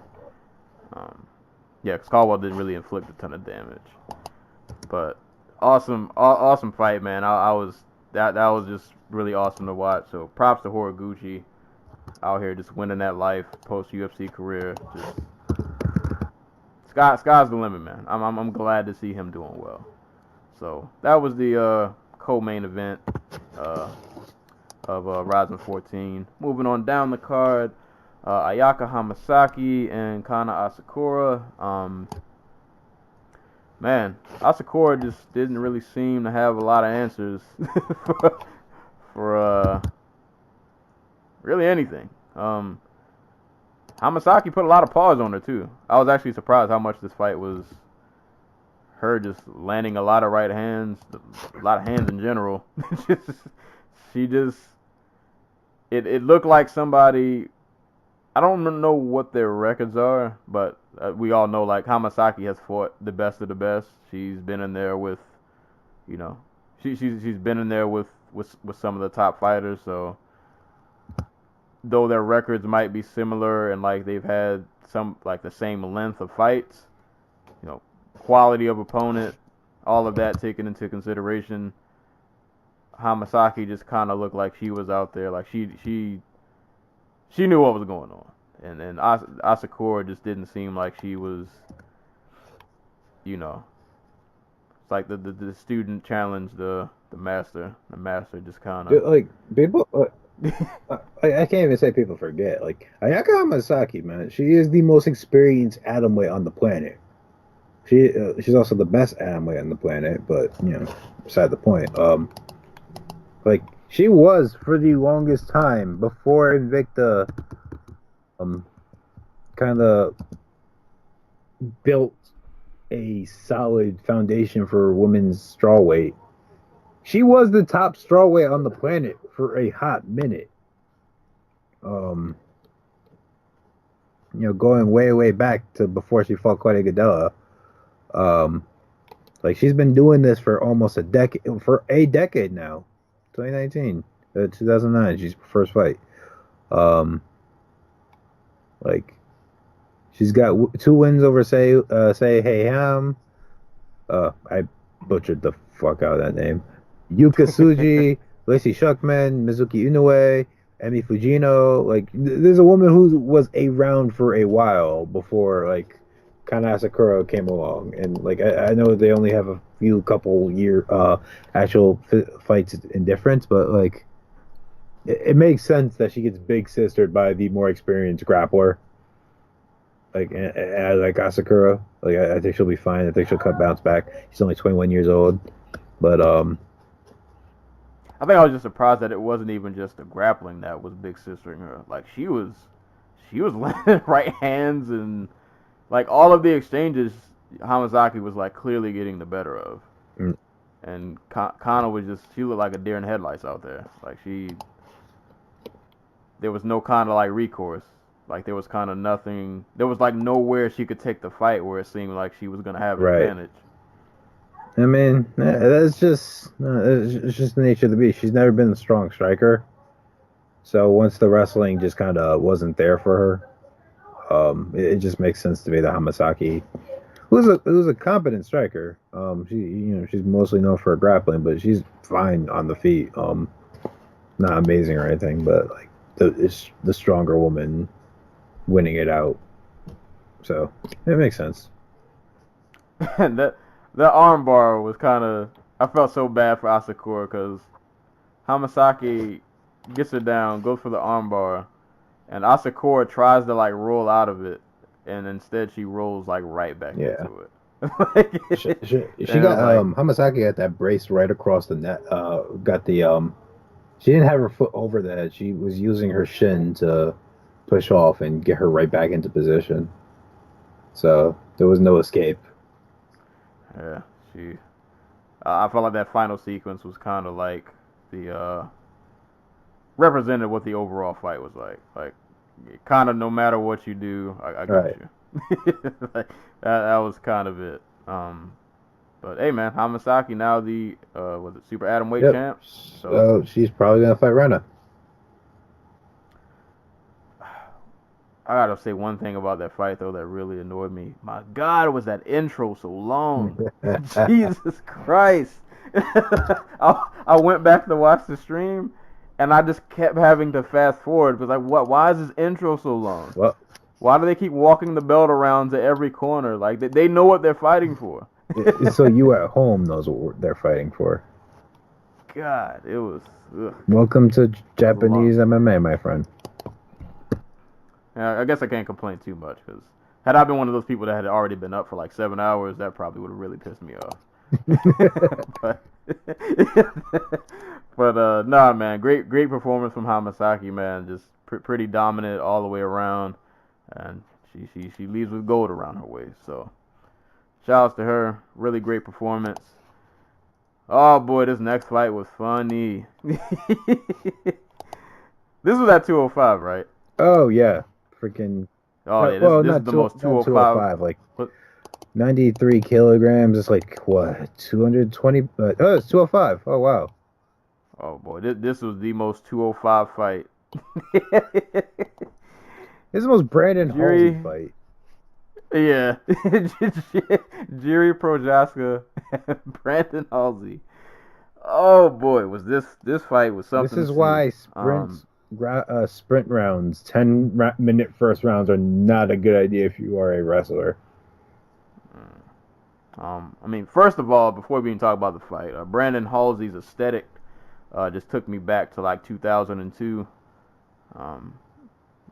Big wrestler guy with these little shorts and the shoes. Like he got transported straight from the throwback days. But not. Yeah, I was gonna say you could tell he was from the throwback days because he got tired just like every other wrestler implied. Man, he comes out. I mean, in the fight in the beginning was going pretty good for him. Like he goes in, he's working his wrestling. Dude is crazy strong, really big. Wrestling's working. He takes Jerry down, but he just had a series of very just weird. There were just a couple of weird moments in this fight, but I had to remind myself, like, this is 205. Like, 205, it's not just in the UFC. Like, 205 everywhere it's just like there are moments where you're just like, what is going on here? So Halsey, like I said, beginning of the fight's working pretty well. He's getting his takedowns, working his grappling. You know, all that's fine and dandy. Then it stops working, and then Halsey 5 seconds later is tumbling over the ropes, or tumbling outside the ropes. Then at one point he falls outside of the ring and hurts his back, and he looks very old. He's hunched over holding his back. Jerry's looking at him like, dude, what are you doing? Jerry starts to come back. I'll give Jerry credit. I like the like after a while, like he had got taken down a few times. He was trying really hard for that flying knee KO, because every time Halsey was shooting in, he kept trying to jump and land that flying knee. He landed it, but he never, obviously didn't KO him with it. But so yeah, like the falling out the ropes is kind of weird. But all the weirdness wasn't just on Halsey's side. There was a moment where I think Halsey had Jerry's back, and he was landing ground and pound. Jerry's trying to like get back up, and there's like a 2-second moment where Jerry, like, he lifts his head up, and he just sits there, like, dude, you're fighting, right? Like, you kind of need to maybe move around. Like, he literally just sticks his head like straight up in the air. Oh, actually, before I even get to that, when Halsey had him in the guillotine, I thought Jerry was gonna die. Like, I reiterate, Halsey's a big dude. Like, he has that like He-Man body. So when he has his guillotine in and veins are popping out his head because he's bald, so they're very visible. Like, I'm looking at Jerry's face like, dude, he's about to get out of here. Like, and somehow he gets out. But that last sequence where, like, Jerry has his head up in the air, Halsey goes in for a rear naked choke that should be money. Like, like he gave you the choke. Like, he handed you the win. Somehow he doesn't get the choke. He loses position. And Jerry ends up on top of him. And I don't know if Halsey was just like tired or I don't know what happened. Jerry ends up on top, lands some ground and pound. Halsey ends up like on his stomach, and then Jerry like kind of lands a ground and pound from behind where he's like coming through the guard underneath, catches him on the chin a couple times. Fight is over. And I'm looking at Halsey like, dude, he gave up the whole fight. This fight, he handed it to you on the platter. It was just there, and you just let it go. Yeah, this is the most 205 fight you'll ever watch. Yep. So yeah, that's pretty much how that fight went. I mean, you got it. Yeah. Oh God. Brandon Halsey, face down. Look. God, he was unconscious. Like, it's his submission, but he looks unconscious. Yeah. So I don't know. You know what though? No, finish. Yeah, I was saying what I didn't like though. I didn't like that the announcer really bothered me in this fight. Who announces for Rizin? Commentary? Yeah. Fuck. The B-side guy, I call him the B-side guy. The caller dude? One of the guys was like, I didn't mind him. Like, he wasn't great, but he was just kind of there. But the other guy was bothering me because he said, like, well, Halsey just gave up. I was like, I don't think he just gave up. Just think he was really tired. And not even that, like, I make fun of this fight. Frank Trigg. The ground and... Oh, that's Trigg. Oh, God, Trigg, come on, man. Because he really, and I get it, because the fight was just kind of bizarre, but he just made it seem like Halsey just quit. And I was like, I don't think he just quit. I think it was, one, he was tired. Two, as much as I make fun of this fight because how bizarre it was, the ground and pound that he caught Halsey with, they were clean shots. Like, and these are two very big gentlemen. These are two large dudes. And that ground and pound he caught was pretty flush. So a combination of him being tired and getting hit pretty hard, like 2 times flush on the chin, that'll do it to anybody. I don't think he just quit. But no, this is the most 205 fight. It was Showdown Ferrero and Frank Trigg. Ferraro, my bad. So yeah, I don't like Rizin commentary either. So I feels you. It was kind of. I didn't really notice it until that fight. It kind of was like. I mean, it could be worse. We could have Joe Warren back. Ugh. I don't think anybody needs that. Nah, Jimmy Smith, go to Rizin. Oh, dude, there we go. There you go. Go to Rizin. You will greatly improve the quality of commentary going over there. But Jerry Prochaska gets a win in a fight that he had no business winning, but it's 205, so these things just kind of happen. It is what it is. Round 1, TKO, KO. Next fight. Wow, these next 3 fights, including the Halsey one, all ended in the first round. Next fight, Gabby Garcia and Barbara Napanu Musino. Probably said that very wrong, but I tried, and that's what matters. I don't know if it's because I haven't seen Gabby in a while, but I was like, did she get bigger?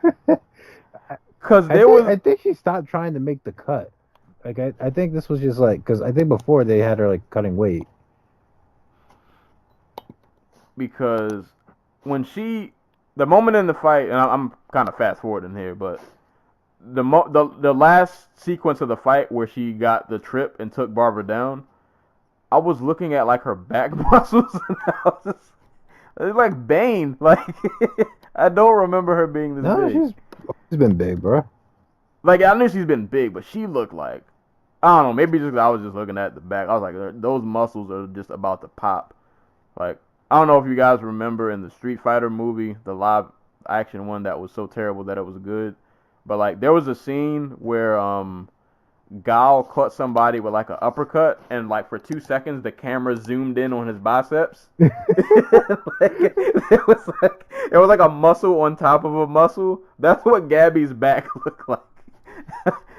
I was like, dude, that's scary. She is so cut up and just how we always say there are fighters who just look like superheroes. She's kind of in that vein where she's so muscular that it almost doesn't look real. It's a shame that we're not in the 80s anymore, because she'd make a lot of money in B movies. Right. I feel like she could still. All right, probably not. Yeah, well, she's not gonna be in a Hollywood blockbuster. Come in. You throw her in Wonder Woman. I was gonna say you could throw in Wonder Woman, or at the very least, I watch a lot of martial arts flicks. You could throw her in one of those as one of those random she's not the main villain, but she's she's the henchman. She's the one throwing a crate at you as you try to escape. Yeah. The warehouse. Yeah, she can be in a bunch of those movies. She needs an She could be in the Cynthia Rockwell movie. Was it Rockwell or Rockwell? Roth. Rock. There we go. Yeah, she would have flourished in one of those. But no, I mean, this fight didn't really last all that long. I mean, they traded on the feet. Gabby striking's kind of weird to watch. I don't know. I think it's because her arms are. I don't know. It's weird. But we know what Gabby's game plan is. Striking's not her bread and butter. She's getting in to close the distance. And once she did that and she got Barbara down, it was, it's a wrap. Gets a key lock and ends it in round 1, and it's all over. Yeah. I was kind of upset. Not because I wanted the other girl to win, but I wanted to be more competitive. And I kind of feel for Gabby Garcia, because she really just wants to fight. But at the same time, it's just there's no one for you to fight. But Yeah, I mean, and we talk about Kayla Harrison not having, and talk about Cyborg not having anybody to fight. yeah, Like there's a reason she's fighting pro wrestlers who are like in their 50s. I don't know, like go box. That's all. Like there's no one to fight in boxing, but at least there are women who are like 200 pounds who are in their like 30s. how tall is Barbara? 6 feet, I think. Yeah, she was pretty big too. She just didn't have muscles bulging out Oh of her yeah, no, back. she is God, what is she? Like 160 something pounds, something like that. Yeah, I'm not gonna find it, but yeah, she's like 160 something pounder. Oh wow, it has a listed as 204 pounds. She didn't look 204 pounds. Well, I don't know. It could be just because she was next to Yeah. Gabby. That's true. In comparison, because Gabby is like, she's built like she was created. She's on the Lesnar tip and like the Romero tip of people that look like they weren't born, they were built. They were created somewhere. These are the androids that are among us, Exactly. just walking freely, just wrecking shop. But Oh, the post fight scene. I say that like it's a movie. The woman who came in after the fight was over. mm-hmm. Who was that? Wait, what? You saw that after Oh the no, fight, right? because I didn't watch You the didn't? stream. My car. Ah, yes. So I don't know her name. So I guess this was somebody Gabby was supposed to have fought, and the fight didn't happen. So she came in after the fight was over, and she had the microphone, and people were holding her back, and I'm gonna assume she was cussing Gabby out in Japanese. That's what's her face? Was it the woman she went to no contest with? Short hair. Gabby Garcia. I am Oksana. No, that was a Russian woman. Shinobu Kondori. Shinobu Kondori. Yeah. No idea. This was a former scheduled opponent. She came into the ring after the fight was over, grabbed the microphone, says a lot of Japanese words that I obviously didn't understand, but they didn't sound too friendly. And Gabby said, "I respect you." She is a I don't think she 54-year-old wrestler. No, well, she was very heated. Also a politician. A member of the House of Mm. Councilors in the Diet National Legislature in Japan. Well, she's about that life. She wanted all the smoke, but people held her back. But she was in there going. I mean, on. at least she has MMA experience. It's over 20 years old at this point, but she has been in the actual fight.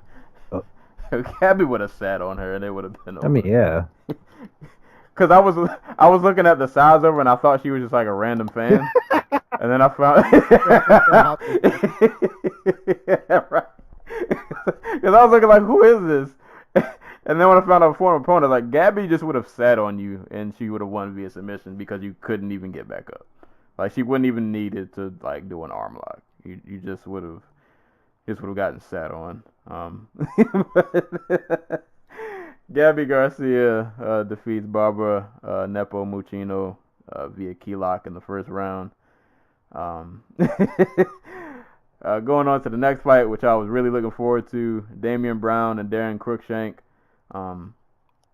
Cruikshank and Rizin has just turned out to make all the sense in the world. I just feel like his style just fits them. Because like it doesn't matter whether you win or lose. It matters whether you entertain, and even when he's losing, It's entertaining. it's entertaining because he's losing. Let's be real. It's fun watching Darren Cruikshank throw fights away. I'm not gonna go that far 'cause I like him, and this fight reminds me of kind of like why his UFC career just didn't pan out so well. Like he's another one of those guys that it just seems like he's winning until he's not. Because he's a bad this decision fight- maker. Yeah, It's amazing that Rizin managed to find two former UFC fighters who were bad decision makers and put them on the same card. On the same card where they had Brandon Halsey and Darian Caldwell. Like, it's amazing. Yeah.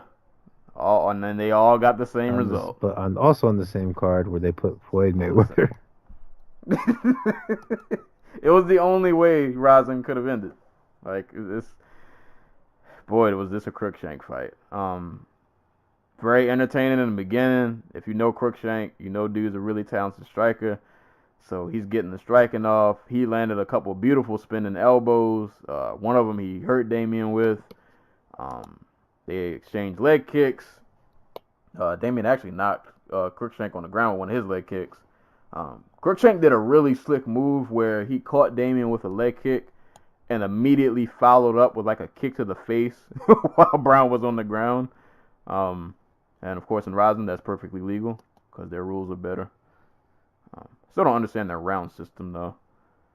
How like why was the Halsey fight 10 minutes and other fights are like not? Wondered like the fighters agree on like a rule set. I don't understand how that all works. I really don't know. That's a good question. Yeah, 'cause that's kind of weird.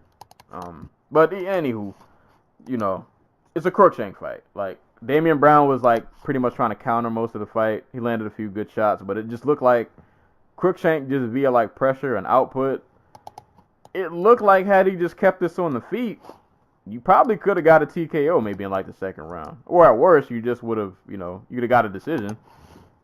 Just via having more output, being more active, and landing easily like the more damaging strikes of the fight.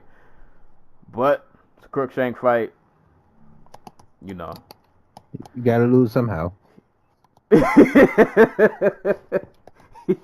He's winning on the feet, man. Things are going well. I mean, Damian's firing back, but like Crookshank is clearly getting the better of the stand-up. Clearly the better athlete. Clearly the more, like, he just straight up in control. And then he isn't. And that's over. And then, he shoots for a takedown and immediately gets choked out. And he looks up with his 70s porn mustache in confusion. I'm looking confused right along with him because I don't know why. I get it. You're trying to mix things up in there. But, like, when one thing is clearly working so well, you stick with what got you there. But,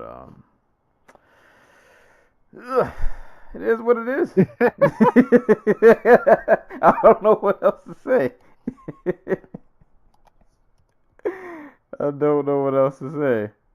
I don't know how'd you feel about this fight? mean,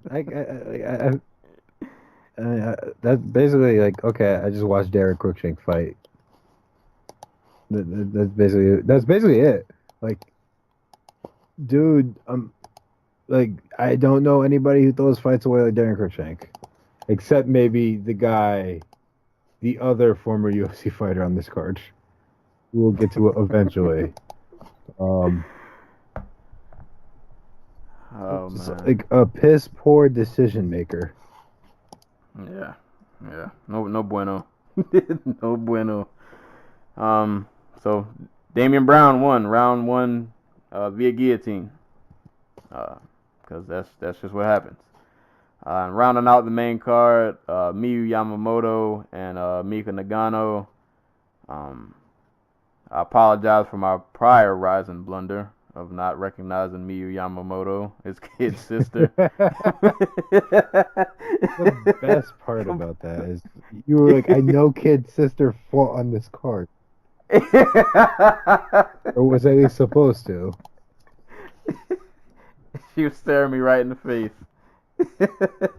But I'll say one thing though. I didn't know she was 44. Oh yeah, no, she's older than kid. Yeah, I did not know that. May he rest in peace. Yeah, man. But hey man, for 44 years old, not looking too bad. Oh, dude, she's trying. She's, from what I understand, she's either been trying out or she is trying out for the Olympics. She is a former world champion wrestler. Like, she won 3 gold medals at the World Championships back in the. She dominated the fight. Like, kind of in a similar vein of the Hamasaki Asakura fight, it was big sister, little sister. Like she pretty much won in every facet. Like stand up, she would kind of blitz Nagano to go get her takedowns. And then when she took her down, like Nagano had no answer. She was just holding her in positions and just like beating her up. And that was pretty much the fight. Like everywhere the fight went, she was just better. Like stand up, I'm gonna rush you, I'm gonna take you down, and you're not really gonna be able to do anything. And she just took her down, controlled her, and beat her up for 3 rounds. And got a really dominant, unanimous decision at 44 years old. And for a 44-year-old, moving pretty well, looks really in shape. Good luck on that Olympic trial. Like she looks like she's still a handful. Even at 44, she looked really good out there. That was a really, really dominant win. So shout outs to her. Got a unanimous decision over Mika Nagano. That was the main card. I was entertained. It was a Rizin card. And like I've said this before, I watch Rizin. I don't care about belts. I just want to have fun. And outside of the tension fight, I had fun. That fight was different. But main card, pretty dope. So go give that a rewatch. If you ordered it, you have unlimited rewatches until I think a certain point. So I've been going back to Fight TV. That's how I've been, rewatching the card. But nah, man, great way to end the year out. It was a Rizin card. Rizin always delivers. I've never watched a Rizin card and not been entertained. So that was the main card. Going on to the prelims, which some of these we'll just kind of have to gloss over. And the ones that we can go in a little bit in depth, we'll go into, and then we'll close out. But prelim, Kazuyuki Miyata defeated Ersan Yamamoto via submission. I don't know if you got a chance to see this one. I did not, so I can't really comment. I did. Dude, I don't get what they're trying to do with Ersan like that. They're just trying to run him into the ground because they keep giving these dudes who just going to fucking like submit them and everything. Like he'll get guys down and then they just jujitsu the crap out of him. Like he got Miyata down a bunch in this fight. Even got out of some bad submission holds. Like Miyata tried for a Kimura, didn't get it. Tried for a triangle. Ersan actually picked him up. While he was slamming him, he switched his head and cleared the legs. He just didn't commit fully, but it was like a really smooth pass that he obviously had the beginnings of, but didn't have the full like depth of knowledge of, like to take advantage of. But the finish here was a hammerlock, which is something you don't see every day. It is so Miyata had Ersan's arm chicken winged, but as opposed to having like the typical 2-on-1 Kimura lock, what ended up doing is he had Ersan's arm tied behind Ersan's back, and with both his hands he reached over the top of his back and just started cranking on it upwards towards his head. So I'm not even sure if I'm describing it correctly. It's so bizarre. Like it's something you don't see every day. Like maybe it happens all the time in like catch wrestling or something, but you definitely don't see it in MMA. Oh, got him a W. I have to go back and watch that. I could have watched that fight, but time restrictions. Some of these fights I just kind of skipped because it was a fun fight. So I had to go back and catch that one. But shout out to Kazuyuki Miyata, hammerlock submission in round 2. Next fight, Johnny Case, Yusuke Yachi. Always down for a Yachi fight. I'm kind of mad because I watched this fight, but I only got a chance to watch it once, so I don't remember it in like detail. But I just remember Yachi's eye looking not so good. And it was like that fight. It was so weird because like Yachi took like Like, it was mostly just a grind fest. He actually didn't really take a whole bunch of damage outside like the 2 punches that cut up his face. Yeah, that cut was Yeah, rough. that was He was looking rough. that was swollen, puffy, and Yeah. And fortunately couldn't continue, so doctor stoppage, and then round 2. I just like watching Yachi fight. He's another one of those guys that are just, him and Rizin just works because it's just always an entertaining out, win or lose. So always down for a Yachi fight, but didn't go his way this time.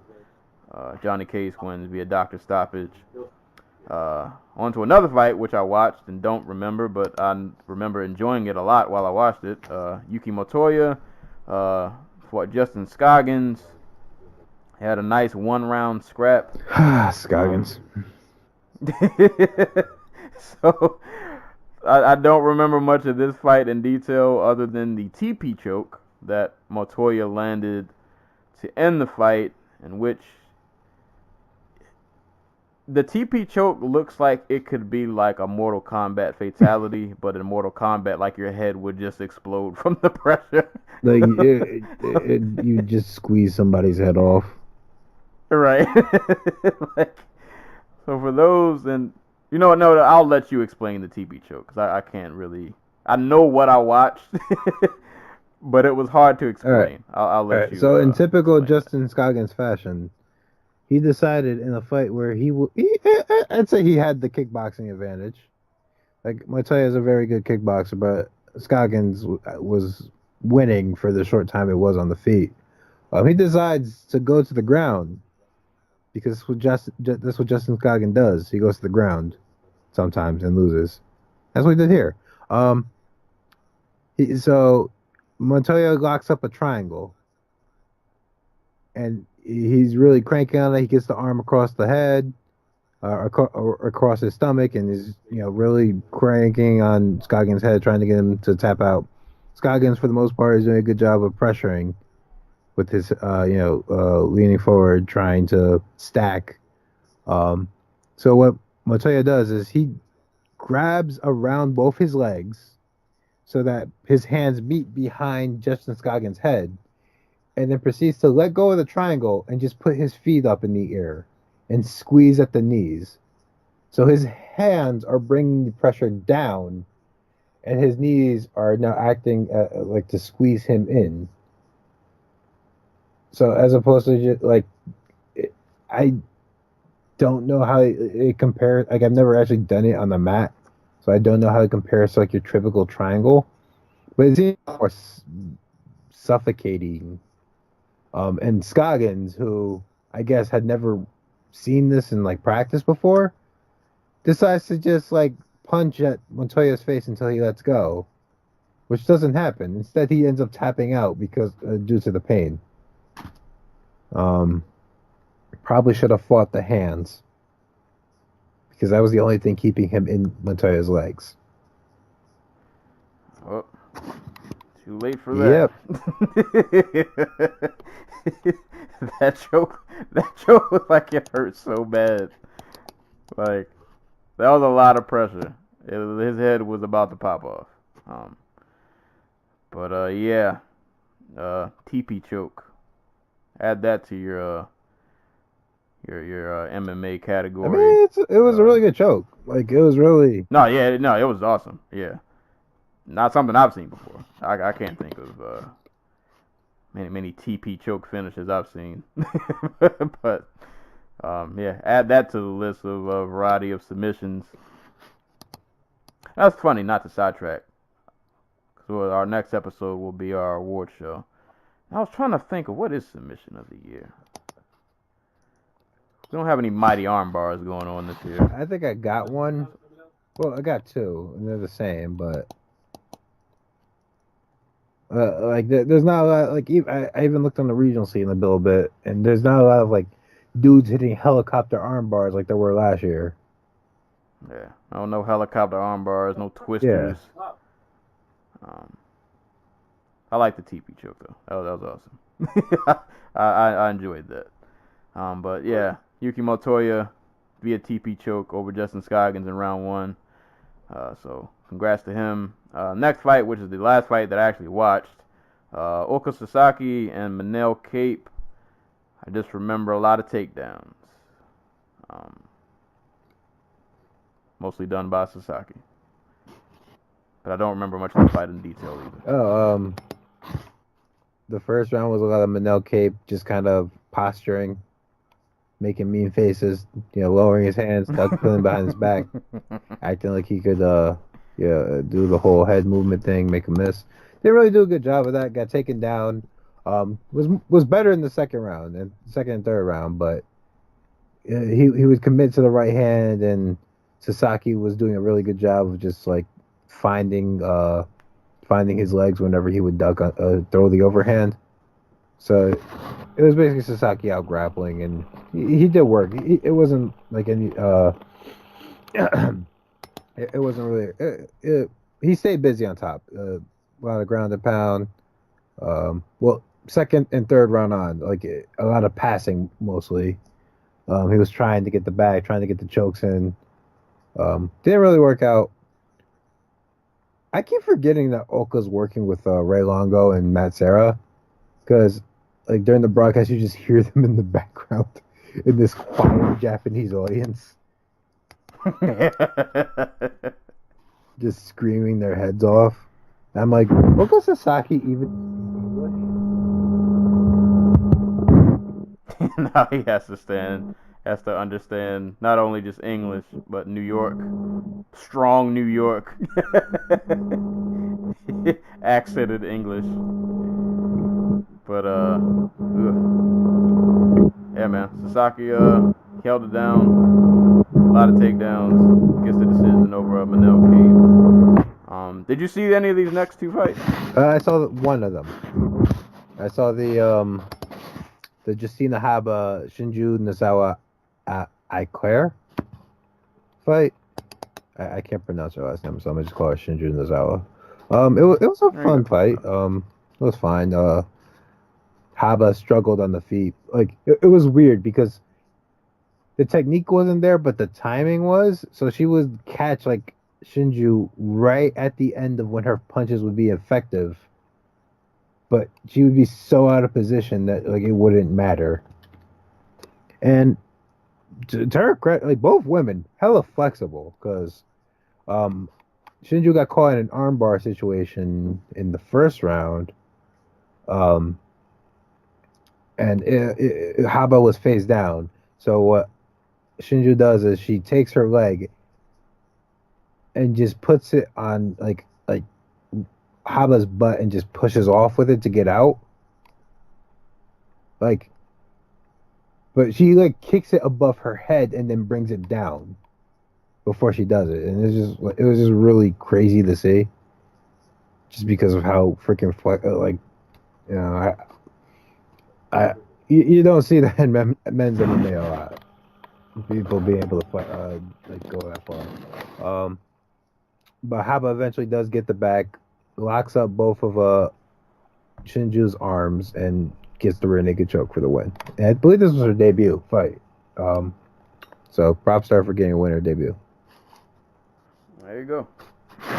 So that was that fight, and the last fight on the card, which neither one of us, I believe, watched. Tofik Musayev defeated Nobumitsu Tyson via TKO in round 2. And that was it. That was Rizin 14. All in all, man, like I said, I look for Rizin to be entertained, and entertained I was. From Crookshank doing Crookshank things to Gabby Garcia, just because she's Gabby Garcia. I didn't even know I was looking forward to Brandon Halsey until it happened.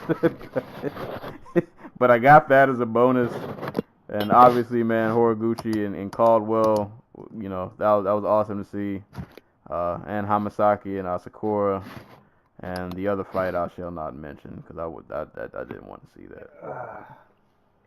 But everything else on that card, man, pretty awesome top to bottom. I got my entertainment's worth. I was happy. There's another one today, isn't there?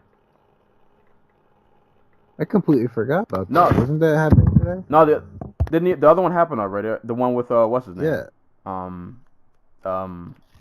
They fought already. God, why can I not? Kawajiri, Yes. right? Yeah, I think that one happened And already. it was not broadcast, so we have no idea who won. Well, no, I know Kawajiri Oh, lost. sad. Yeah, that I do. But I don't know who else was on that card. But yeah, I think that happened before this. Kitaoka. Yeah, I think he won like a decision, I want to say. Oh wow, my god, that was a really good card. They had Mikuru Asakura on it, who fought Lion Takeshi Inoue, Kana Watanabe, Japan's best female prospect right now, at 125, knocked out Shizuka Sugiyama. Oh wow, this is a really good card. I'm mad they didn't air it here. I would enjoy watching this. Yeah, but that was that card I did not get to see any of, so I'll have to go back and watch. I did see Kana Watanabe knock out some woman, and I didn't know it was I thought it was a clip. I didn't know it was from today. So that's pretty cool. Awesome. So lots of Rizin, man. Great way to end the year. Always down for a Rizin card. Well, the next one. Like I said, this is one of the. I believe. Or is it April? They're worth forking your $20 over. You'll be entertained. If there's one factor of MMA they deliver on, it's always entertainment. So that was Rizin 14. If you haven't gotten a chance to see it, go give it a watch. Also PFL 11. If you didn't get to see that, go watch these guys earn $1 million paydays. It'll give you a nice warm feeling. Unless you're a hater and you're just jealous that you're not getting the $1 million, which I understand. I'm broke, so I get it. But yeah, man. This is a fun way to end the year. We had UFC 232, and then this PFL 11 and Rizin 14. And like I said with UFC 232, the way this year ended in MMA in general, everything you hated, everything you loved, it was all there. Legends, prospects, great title fights, horrible fights, controversy, failed drug tests, or tainted drug tests, I should say. Everything all in one. We got it all to close out the year. And 2019 is probably going to be more of the same. Like I said, man, the MMA is the show that never ends. We hit the season finale, and the next season will be starting soon. And, shenanigans will be afoot, and the ball will keep rolling. So that's been the the second podcast we've done in 2 days. So you guys can consider this like a bonus episode. And then we'll be back recording this weekend for our Dojo Talk Podcast award show, where we'll be handing out awards for 2018. We'll have a special guest, somebody who hasn't been on the show before. So be sure to get that a check. That should be a really fun episode. I actually need to start researching for some of these awards. I don't want to be winging it come record day. I've been writing stuff down, but I don't know if I have enough faith in it. See, you're further than me. At most, I have mental notes. So I actually got to start sitting down and actually like researching some of these. But nah, man. So this has been our first podcast of 2019. I guess we'll close with parting shots and shout outs. I didn't really have time to take notes, but I do have a shout out. Shout outs to Roger Federer and Serena Williams. I didn't know that they competed in a mixed match today. Oh, yeah. I wish I could find. I don't know who. I don't know who they were paired with. Oh, so it was Roger Federer and Belinda Bencic. Probably saying that wrong. Over Serena Williams and Frances Tiafoe. They had a mixed match today, and this is the first time that Federer and Serena have ever played each other. Federer's team won the sets 4-2 and 4-3. So that's awesome. Like, just to see I don't know how many people really watch tennis, but these are just two of the best of this sport of all time, and it's just awesome that they were on one court at the same time. Um, so that's awesome. So shout outs to Roger Federer and Serena Williams for just being great. Both of them are like one of the few reasons I ever pay attention to tennis. Like they're two players that if they're playing, I'll go out of my way to watch them play because I just like seeing people be really great at what they do. And in terms of tennis, with those two, it doesn't really get much better. So shout outs to Roger Federer and Serena Williams. And I don't have shots because I didn't have time to think of somebody to be angry at. So I have no shots. I have no shots or shout outs because we did this 2 days ago. Yeah. I don't know. Shouts to all the people everywhere. Yeah, there we go. Shouts to everybody. Also, shots at everybody. You could be doing better. You knew me, knew you people. I mean, shout out to you. You're not. Yeah. Screw you guys. How dare you aim to be better?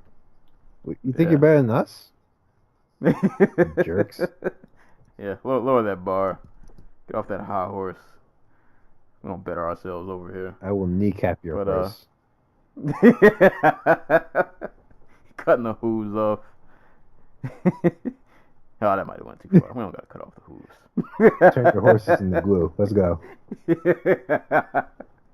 I will say though, for 2019, man, if you guys can do anything, haven't gotten another 5-star rating in a while, give us a rating on iTunes, either on iTunes or the Facebook page. Leave a rating, leave a comment.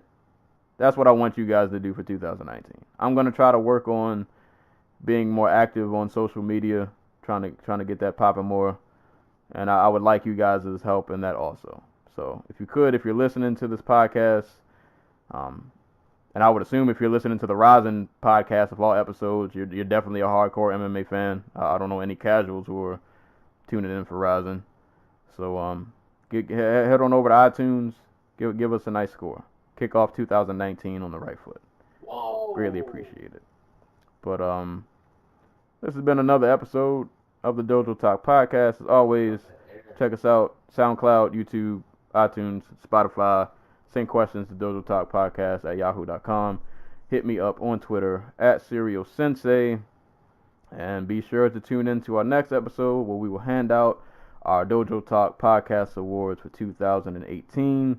But that is it. This has been episode 117 of the Dojo Talk Podcast. I'm your host, Serial Sensei. As always, anytime people are being punched and or kicked in the face, we will be there to talk about it. And until next time, we will catch you guys later.